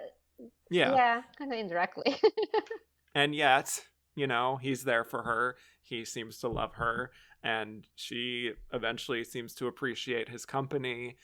And I guess she doesn't really have anyone else outside of Agnes Moorehead as her nurse. I guess her stepdaughter too, but she's not even there all the time. So yeah, I mean, it's like a weird, like you have to justify a little bit to really take yourself over to feeling the romance there, which I appreciate when the film makes you work for it, personally. Yeah, I think I kind of worked for it a little bit more than Felt it. more than I felt it. Right. Maybe That's because fair. maybe because the romance factor there doesn't necessarily start on equal terms, if that makes sense, but it starts on a basis of necessity that, he is helping her. So you kind of have to break that thought in your head that, is he really having these feelings for her, or is he right now driven by guilt and confusing his guilt with love? You kind of need to do some brain gymnastics to get over that. I think love stories that starts on more kind of equal terms, you need to work a little less for, and this was not the case. Yeah. Right. Yeah. But I think on the whole, she provides a certain warmth to this character that I felt like I was at least on her side and rooting for her and invested in her happiness by the end, at least. That, yeah, the weird thorniness of the relationship aside, I felt pretty positive on this performance by the end, personally, even if I wouldn't give her the win necessarily. Yeah, this is definitely a nomination, and that's it. Yeah. And a respectable one for a very respectable actor who's had other career nominations. No one would argue seeing her back in the room on the show in the lineup of nominees. Yeah. But wish it was the following year. I know. Yeah. Especially because I think there was some room for her. Let's just say that. All right. Grace Kelly, The Country Girl. So this is the only time that we'll be talking about Grace Kelly, much like Dorothy and Judy, her only nomination in Best Actress. So to get into a little bit of background on her, she was in the Academy of Dramatic Arts in New York. She performed actually as Tracy Lord in The Philadelphia Story. She did a number of live productions for the earlier days of television. And then her big break came with High Noon with Gary Cooper. And even though she didn't get a lot of critical acclaim there, it definitely helped put her on the map. And pretty soon she was signed on to Mogambo, which we talked about last week with Ava Gardner, getting a supporting actress nomination there. So even though she only made a handful of films, she was definitely on the Academy radar by that point. She was also a very frequent collaborator with Alfred Hitchcock, as we mentioned, same year with Dial M for Murder and Rear Window. So yeah, she's having a fantastic year. And then here comes The Country Girl. I read that Jennifer Jones was originally supposed to play this part, but she dropped out, and that Grace Kelly really fought for the role, and she demanded to be loaned out by MGM and basically threatened them that she would just quit entirely if they didn't loan her out. So they let her go, and here we are. Wins an Oscar. Oscar. She was right in the end. So let's talk about it. Country Girl. I was talking to a friend of mine about this yesterday, and I should say who she is. Diana Drum, who is basically a walking fact book of all things old Hollywood, like she just knows the facts and the dates and the name. Just that's the way she is. She says something that's so true, and that probably you also think, and I agree with that. Like poor Grace Kelly, she obviously attracts a lot of heat for having won the Oscar for Country Girl, but she is actually really good in it. We both agree that she is very good in it. I mean, if you were to stop and not compare it to who she's competing against, obviously Judy Garland is there. This is a good performance from her where she actually gives us a good range. And a movie that I hadn't seen until recently, Oh. and yeah, I hadn't in the prep for Hmm. this podcast. And I'm like, great, New York theater, like the All About Eve world that I absolutely love. And, I already love this movie. And again, William Holden is here, and in another movie that belongs to the list of nominations. And Right. I just really love this story of this time of a woman enabler getting the spotlight, first attracting the hatred and the false presumptions of this person that maybe she's kind of holding her husband down, but also then revealing herself to be the exact opposite of that. And there's also this forbidden love element, a chemistry which I completely felt before you asked me between, the Holden and Kelly. Yeah. And that is the kind of case where I would just say, okay, these two people, they belong together, but there's every rational reason and societal reason that kind of keeps them apart. And I really felt for this woman. Did I for a second even buy Grace Kelly as this frumpy, deglamorized, not so attractive pastor prime person? Nope. There's nothing. Nope. Nope. You can't ever. There's nothing you can do to Grace Kelly that you can sell her as that person. That's not her Right. fault, that's just who Grace Kelly is. But I do think she assumes that skin, in a very, compelling way that made me believe her efforts, if not, her costuming and makeup, she's still Grace Kelly. And I really did just love kind of seeing that arc in her as she started revealing her, her true motivations. And the dynamic between Holden, Bing Crosby, and Grace Kelly is just something that I really felt compelled watching. Nice. Well, when it comes to Grace Kelly, I am a little bit hot and cold with her performances. And I think it's because... I'm nodding here. People can't see, but I'm okay. nodding here. Yes. Sometimes she feels a little bit studied to me. And that's not like a disqualifier or anything. It's just certain parts, like in Mogambo, for example, you can see the work that she's putting in to be that more dramatic actress than what she was like great in with like Hitchcock's work. Like I mentioned, she's so in her element with Rear Window and Dial M for Murder and all those. Yeah, completely. She's 100% suited for that kind of role. Yeah. And I feel like there are moments in The Country Girl that do feel like a little bit of effort on her part. She's obviously doing the D-glam, as we mentioned. She has those big dramatic outbursts. It's a role where I think more depth is asked of her than her previous roles, so there's just more for her to do. But I think, overall, would I give this a win? No. No, I absolutely would not vote if I was Right. presented this 5. Sure. My goal would be Judy Garland. But do I also think she is good in this for who she is? And my answer to that question is yes. I think she's very good in this, but I wouldn't vote for her. Right. And to go back to what you were saying also, I think this performance is better than it's given credit for. Yeah. And I think we'll probably get into this when we talk about why she won, but it's the circumstances of her winning an Oscar over Judy Garland that is the big reason why this win is not particularly remembered very fondly on the whole. I mean, it just looked to me like she knew it at the night of the Oscars. I watched her winning clip. It is almost a really shy acceptance speech that she tried to cut as short as possible.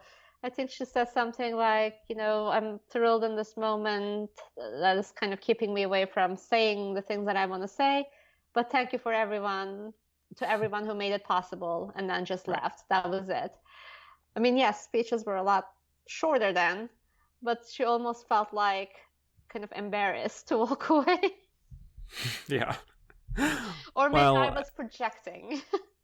Yeah, we all are to a certain extent. But yeah, I think it is an interesting performance to watch just from a casting standpoint, her really playing against type and to her credit, when I do watch this, I don't necessarily see the same person that I see in Rear Window or Dial M for Murder or even Mogambo. Like, she really, even if you don't fully believe that she is that frumpy person, as you were saying, she does, I feel like, at least inhabit a different kind of persona here compared to what she'd done before, to the extent that I do feel a little bit of the heaviness of what this character has gone through. Yeah, I mean, you definitely sense in her, and the frumpiness, I'm, you know, referring more to the physicality of Grace Kelly. Yeah. She's still the stunning Grace Kelly, and there is nothing you can do that to convince me otherwise. But you definitely see that, you know, my better days are behind me. It's never going to get better for me. So this is now my reality. I'm stuck in this kind of just resignation. This is the word I was looking for. Right. She's kind of resigned to this life, and she's sort of living as almost like a passenger in it. Exactly. Yeah, right. And, you know, for her, it's like in the beginning, like there's even a line where I think William Holden says something to the effect of like, she's like pretending to be an old lady when she's not. And like, he's very blunt just about her whole disposition and saying he doesn't like strong women. Just wants to really smack him several times during this movie. Yes. She does, and maybe the audience does as well. Yeah. But you know, by the end he'll say that he likes a woman who's docile and just stands by her man. Just don't particularly care for this character necessarily, but at the same time, this is one where I feel like the opposing personalities do weirdly work together compared to like Humphrey Bogart and Audrey Hepburn. I feel this more than that. And you see the fire that might happen between those opposing personalities. You kind of just seen that like extreme hate turning into extreme attraction, you know, passion. That transformation definitely happens more naturally here. But also, you know, William Holden pours in a lot. Yeah. To the dynamic. Yeah. And there's this interesting element to the film where it's like everyone's kind of faking it for each other and like looking past their own self-doubt about this whole situation. And part of it is her like recognizing that her husband still is not well and still just kind of trying to hope for the best and hope that this could be his big break back into the business. Bing Crosby I'm talking about here. Yeah. And I imagine for Grace, it was maybe a complicated dynamic to try and play because she's the most honest person in the film, but she has these two guys that she's dealing with their big egos. And when she tries to confront them about certain things, they sort of like bristle at it. But I do feel like I'm on her side at least throughout the film, even if she can be a little stubborn about certain things. I am on her side too, and how can you not be? I mean, on one hand, she's dealing with a massive ego in William Holden, but the harder thing is that she's also dealing with massive insecurity, and that male insecurity in Bing Crosby is just so stifling. There's really nothing you can do that makes you a winner in the end, because his insecurities really do gets her stuck in her place. It backfires. Whatever she tries to do backfires. It's hard to deal with an insecure man like that, and especially an artist who is insecure. And regardless of gender, any insecurity in artists, like we are both in this field, we know what happens. But in Bing Crosby's case, that's like almost like a death sentence for a wife. Yeah. It really is, I think, a difficult character to nail for her. Because I think because she has to be sympathetic to her husband's situation, but she's also very firm at the same time and is like, hey, you should take this part, do your best because this is your last shot. But it's like, I think she blends the strength of that with also the fact that she has this trauma in her life of having her kid, you know, dying in this tragic accident. You feel the weight of all of that and all of the different things that are sort of going through her mind all at once in the course of one scene. You feel like you can see her sort of being weighed down by all of that, even though this character is only like, I don't know how old she's supposed to be, but presumably in her 20s. I'm not sure. And regarding that, what was the word you used? Studiousness, that you find Studied. You find her studied. I obviously have no idea how they shot this movie, whether chronologically or not, but you almost feel that Kelly kind of gets better throughout the course of the movie. This is a Agreed. performance that I definitely felt that. Or maybe, again, this is part of me projecting, but in the beginning, I was really questioning, like when Holden enters their apartment for the first time, there's like a certain rigidness that outside of the rigidness of the character, a rigidness that has to do with Grace Kelly. But through the course of the film, I watched her maybe relax more into this role and then pull you in a little bit more. She really does get better as the movie takes you on this crazy journey in the theater world of bowels of the theater, bowels of Broadway. Yes, exactly. For me, her more quiet and subtler scenes are her most effective ones, more so than the ones where she's just like screaming at William Holden and just like really going for it. I think like especially when she's backstage and she's watching her husband perform is like some of her most effective moments for me, where you really feel like she's almost holding her breath to make sure that like he gets it right. Like she's really invested in this, so it doesn't backfire on her. Exactly. Yeah. So those are the moments that I prefer. But yeah, I think this is definitely overall a performance that does get a lot of hate. And I think maybe in a weaker year, quote unquote, if the competition wasn't as strong, maybe this would be looked at as one of the good ones, one of the good Best Actress wins. Yeah, so, but it does kind of stand out. It's like this glaring, almost like a shameful mark on the Academy history. A little bit, yeah. Well, let's transition into talking about why she won this. I mean, we've certainly peppered in throughout this conversation the feeling that she had this really great year. We often see Oscar voters really compelled by someone's narrative in terms of they had a really great year. A very famous recent example, I would say, is Alicia Vikander, the year she won for The Danish Girl. Yeah. I mean, she was everywhere. She was everywhere you looked, she was sort of like the it actress. She was the it girl. She really was. Yeah. Yeah.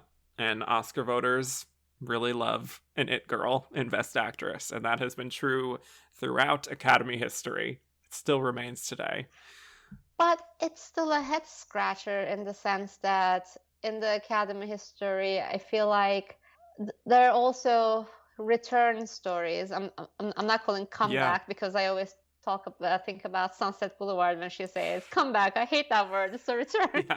Yes. So the return stories in the case of Judy Garland, who's already given some of the most beloved, iconic performances at that point that everyone loves, like starting with The Wizard of Oz to others.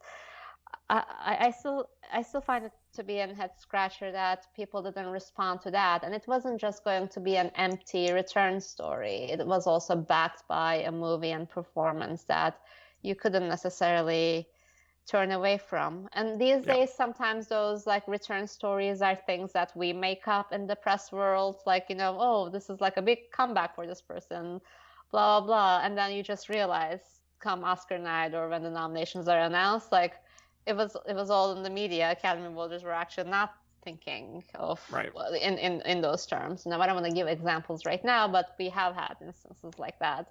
Oh, it's time narrative or it's whatever narrative. That sometimes doesn't work.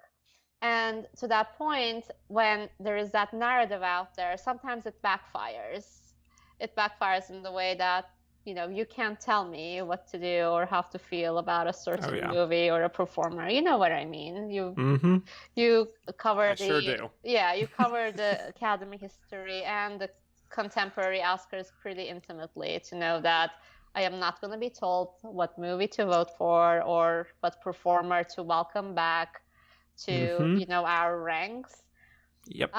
And that's literally the only, maybe small explanation or speculation I can bring to why someone like Garland would lose to Grace Kelly, combined with, obviously, that being a big career year for Kelly. And just to lay the groundwork, Dorothy Dandridge, Audrey Hepburn, Jane Wyman were really not really in the discussion of winning. No. So it was very much set up as Grace versus Judy, the whole whatever Oscar narratives there were at the time. And that sort of is kind of self-explanatory. Audrey Hepburn just won last year. And again, she was sort of not at the beginning of the career, but in the beginning phase of the career. She wasn't, she had a few years of acting under her belt at that point. And with Dandridge, I think probably a lot of people felt like, the nomination of a Best Actress as a Black woman is already a win enough, we can feel good about that and let's move on from that. And again, it's not that people get into a room and huddle and have these discussions, but I can just see that even right now, sadly, that's the feeling. Oh, we've already done that. Now we can just do what we actually want to do, which is really upsetting. Yep. And then with Jane Wyman, again, a winner. Right. And this is her fourth nomination. Again, like a very legacy nomination in a good film that nobody can argue against. So it kind of just explains itself why it would be between Kelly and Garland. Mm-hmm.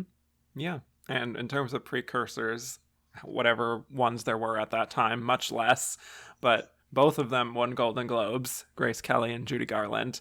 Grace Kelly also won at your very own New York Film Critics Circle, the combining this plus Dial M for Murder and Rear Window. It was one of those combined wins that New York Film Critics love to give.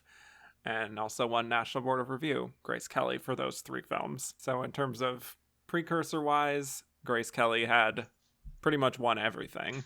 I love how we look at the precursors. Sometimes there are precursors. Sometimes it's like, oh, the critics are completely different than the Academy. They don't.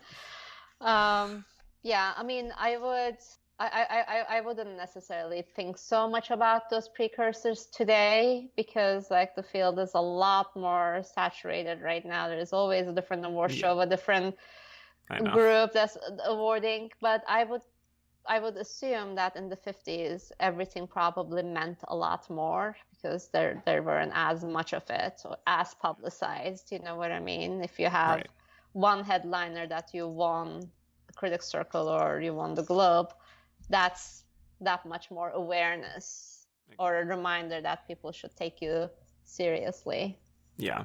I mean, Grace had so much good publicity. She was covering magazines. She was considered the future in a way. Yeah. And I think Judy may have been considered the past.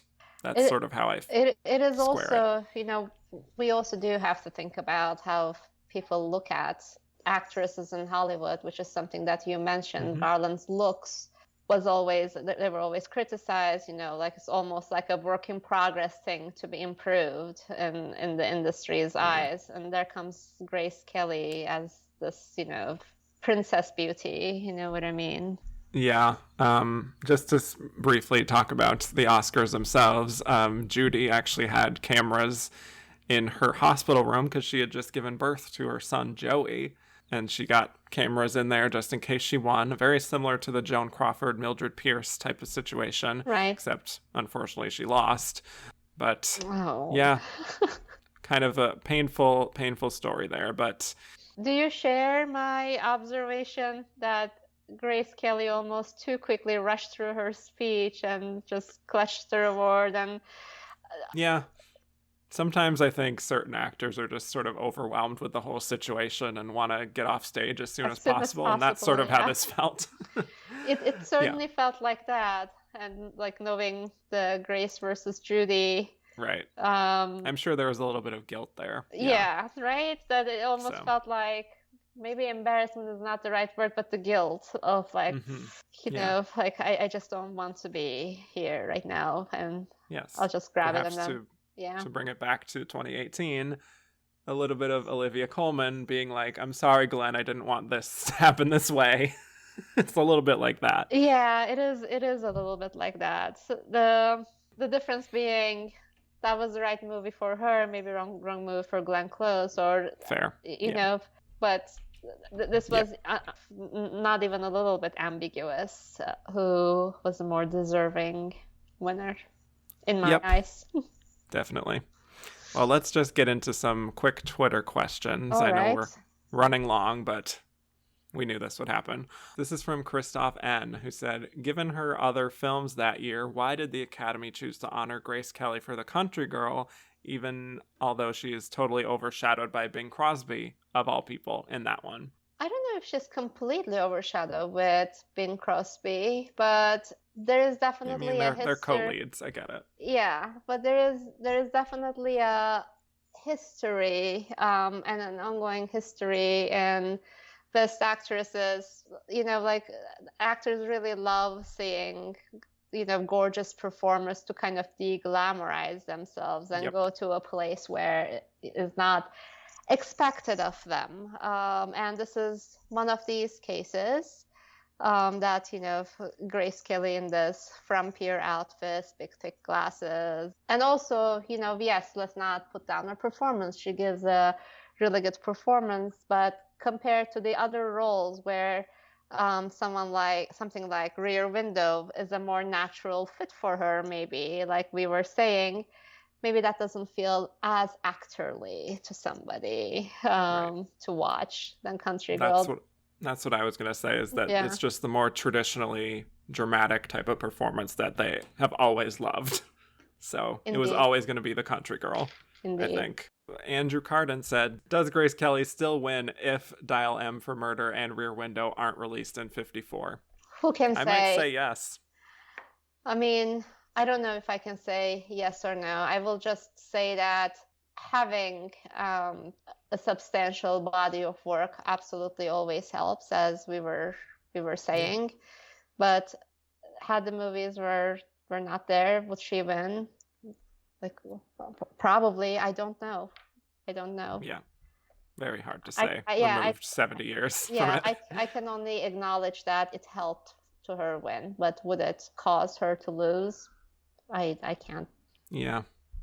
Zoe G said, had Grace Kelly not been effectively prevented from returning to acting by Prince Rainier and Monaco, what film roles would she be great in? Specific movies that we want to pick, or? Yeah, I mean, I was looking at other Best Actress nominees of this decade just to see, like, what would she be good in. I thought of The King and I, possibly.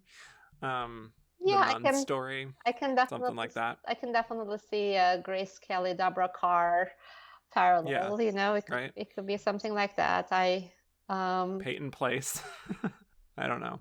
I don't know if I can pick an exact movie, but I know that I would have loved to see in other movies like The Rear Window very much. Marcel said, would Liza Minnelli and Renee Zellweger still have won their awards without Judy's loss? Yes. Yeah, I don't think it would have made that much of a difference. No, I don't think voters think like that, especially in Liza's situation. I mean, the familial connection is there, obviously, but I don't think they were thinking, you know, oh, because or my history didn't vote for Judy Garland, now I'm going to give Liza Minnelli. That's a terrific performance, you know, like, and I don't think people were thinking along those lines during Renee either. Yeah. I mean, if they were thinking, that's such an embarrassing thing to think about, since the Academy didn't award Judy, now I'm going to award Renee. That would be pretty nonsensical. Yeah, I think that's another classic thing that pundits and people who follow Oscars like to ascribe certain narratives to Oscar voters, when in reality they're not thinking about this as much as we are. So this was an anonymous question that I got. This person chose to remain anonymous in the DMs. Do you think there's an element of misogyny in the way people throw out that Grace Kelly slept around and had affairs when Judy and Audrey also did, as a way to discredit her win? Whenever people, and I didn't even know that people were saying that, by the way, this is news to me right now, but I will just say without ambiguity that there is always an element of misogyny when your best defense is throwing in a story like that, and you can't really talk about the work and the performance as like the driving factor, and you have to discredit it by sexual favors, then there's always an element of misogyny for sure. Yeah, I mean, I haven't been in the kinds of circles that have thrown out such accusations I did personally. not know those accusations until right this moment. Yeah, but I would completely co-sign what you just said, when sometimes people do grasp at straws and go to some lows when it comes to either defending someone else or discrediting someone in this case. So yes, that's very true, and it would not have been as true if this was a male acting race that we talked about. Yeah, of course. You can always ask that question about any, men versus women thing, and your answer would always be different if it's a man. Like I said about Judy Garland being portrayed as like this difficult, hard to work with. Many men throughout the history of cinema, in acting, in directing, and producing chair, until recently, that have those reputations, but we are kind of programmed to think of those as like, oh, that's just the way his creative genius works. But it's that's what we're asked to believe. That's the narrative, and God forbid a woman shows some star muscle and has a bit of a similar kind of demand, which is portrayed as maybe not, very peaceful, then it's like, oh, that person is a bitch, a difficult to work with person. It's a different thing. Yep, certainly true, and sadly still the case. Sadly still the case. Yeah. Emily said, was James Mason being horribly miscast next to Judy detrimental to her chances? I think we talked about this a little bit by saying who would be a person who would be matched for Judy. I don't know if he is horribly miscast. Maybe that's a little too extreme of a reaction that I would have, but obviously he's completely overshadowed by Judy Garland. But I do not think that contributed to Judy Garland's loss at all. If anything, her performance stands out more. Agreed. Actually, that's a very, very good point there. Yeah. Let's see. Owen Daly said, which of her co-nominees' roles do you think Dorothy Dandridge could have been incredible in? I mean, honestly, I think she could have done any of these roles, personally, right? Yeah. I mean, like, she's also a singer, right? So there you go, that Star is Born. But again, we're thinking about Judy Garland's voice and how, irreplaceable it is. Now that we have that in our heads, I cannot necessarily replace any other singer-performer. But yes, she could have done any of these.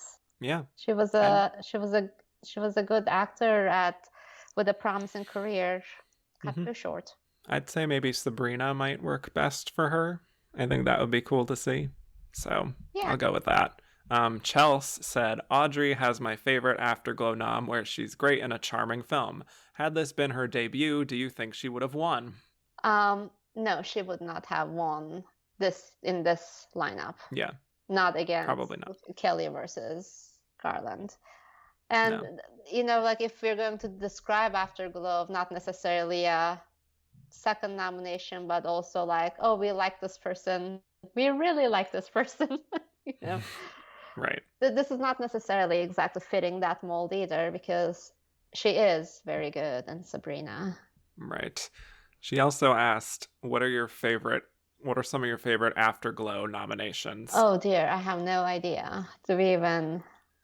Weirdly, I actually think of Olivia Colman for this, where I think she's been in this kind of afterglow of after The Favorite with the father and the lost daughter. Like, she's really in like a sweet spot right now. Right, but father, maybe I can agree. With lost daughter, I don't know if I would say. Like, if you're going to define Afterglow as she only got nominated because people like her and she won. I mean, it depends on how you define afterglow. Yeah. I don't necessarily say that in a negative way, per Right. se. She's great in The Lost Daughter. Yeah, Olivia Yeah. Colman is a good example of that. And maybe I was looking at for like several decades ago, since he is relevant right now, William Hurt is another name Yeah, that that's a you good could, one. you could bring up. Alicio Martinez said, which of these films is most ripe for a limited series adaptation on Hulu or HBO? And who would you cast in the principal roles? That's a tough one, but what do you think? What do I think? My go-to was Magnificent Obsession because there's so much going on in that film that I feel like it needs a limited series. Yeah, I just feel like because there's so much going on in that film, like to kind of just blow it up to a miniseries length probably would lose my interest even more, because then that's fair. Yeah, you would have more opportunity to dig deeper in all these coincidental things and accidents and everything that's happening. Yeah. Let's see. I will just say that probably A Star Is Born is more ripe for that. What we have here is it's a 3-hour movie, and it's a complete journey of a character's professional rise and another's fall. If you're gonna give me a 3-hour movie, that's already a signal that it could have been even longer. I can totally see this being a miniseries. Yeah, I agree with that. Maybe that's the next adaptation. Maybe. Some 20 years down the line. Yeah, maybe that is the next adaptation. Yeah. Matt Duffy said, this is the last time we see Best Actress winner Jane Wyman. What is your favorite of her 4 nominations and how do you rank them? So I guess I'll take this one. Yeah. My favorite is Magnificent Obsession. And I think you already said you love this nomination for her. Yeah.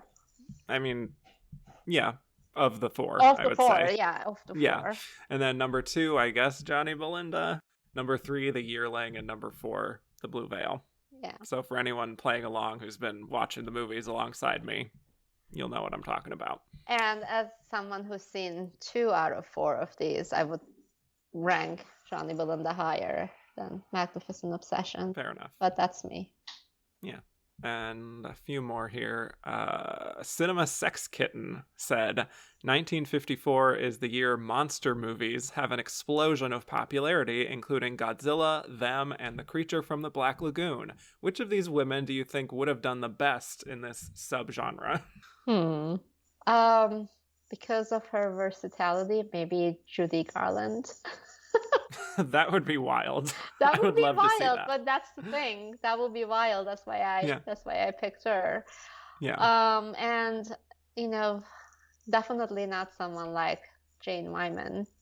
No. Definitely not. Just maybe Dorothy Dandridge. Maybe Dorothy well Dandridge too. Yeah. She had.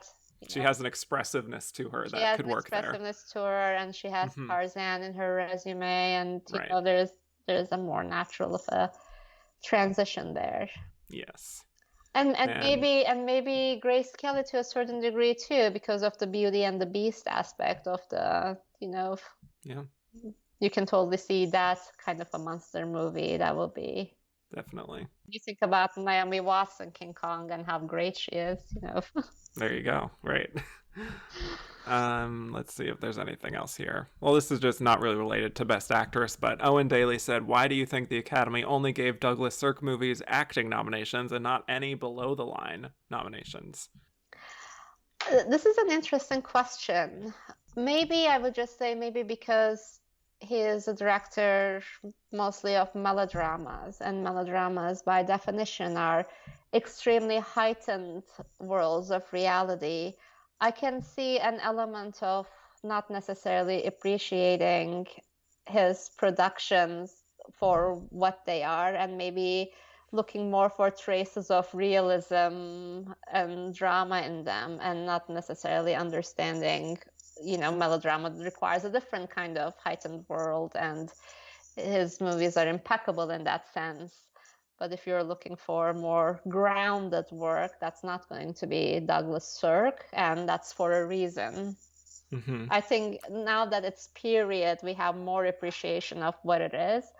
But Right. maybe in that time, it's not period, it's contemporary, you know what I mean? And it's not grounded contemporary, it's very heightened. Right. I think, to put it bluntly, because when you think about the demographic of those branches and just the academy as a whole, it's mostly older straight men who probably didn't respond as much to what they would consider women's pictures. I was thinking more, did you say below the line? I was thinking more about that. Yeah. Not for, yeah. I just think in terms of even craft-wise, I think it wasn't taken as seriously. Yeah. Yeah. There's definitely a lot of element of that too. Might be the entire reason. I would definitely count it as the reason from the omission from the above the line categories other than acting. Right. That's very true. All right. Well, let's dive into our final segment here. I think we know the answer in both of these cases, and it's probably going to be the same answer. First question, Tomris. Who do you think was the runner-up of this Best Actress race? Gee, I wonder. Wow, gee. Yeah, I think we've answered that a number of times. I think it was pretty fair and square, Judy Garland. And she might have only lost by a handful of votes, for all we know. For all we know. Seems like it could have been. For all we know. I don't think any of the other three really came close to those two. No, I think those were like, it's nice to be nominated nominations. Yes, yeah.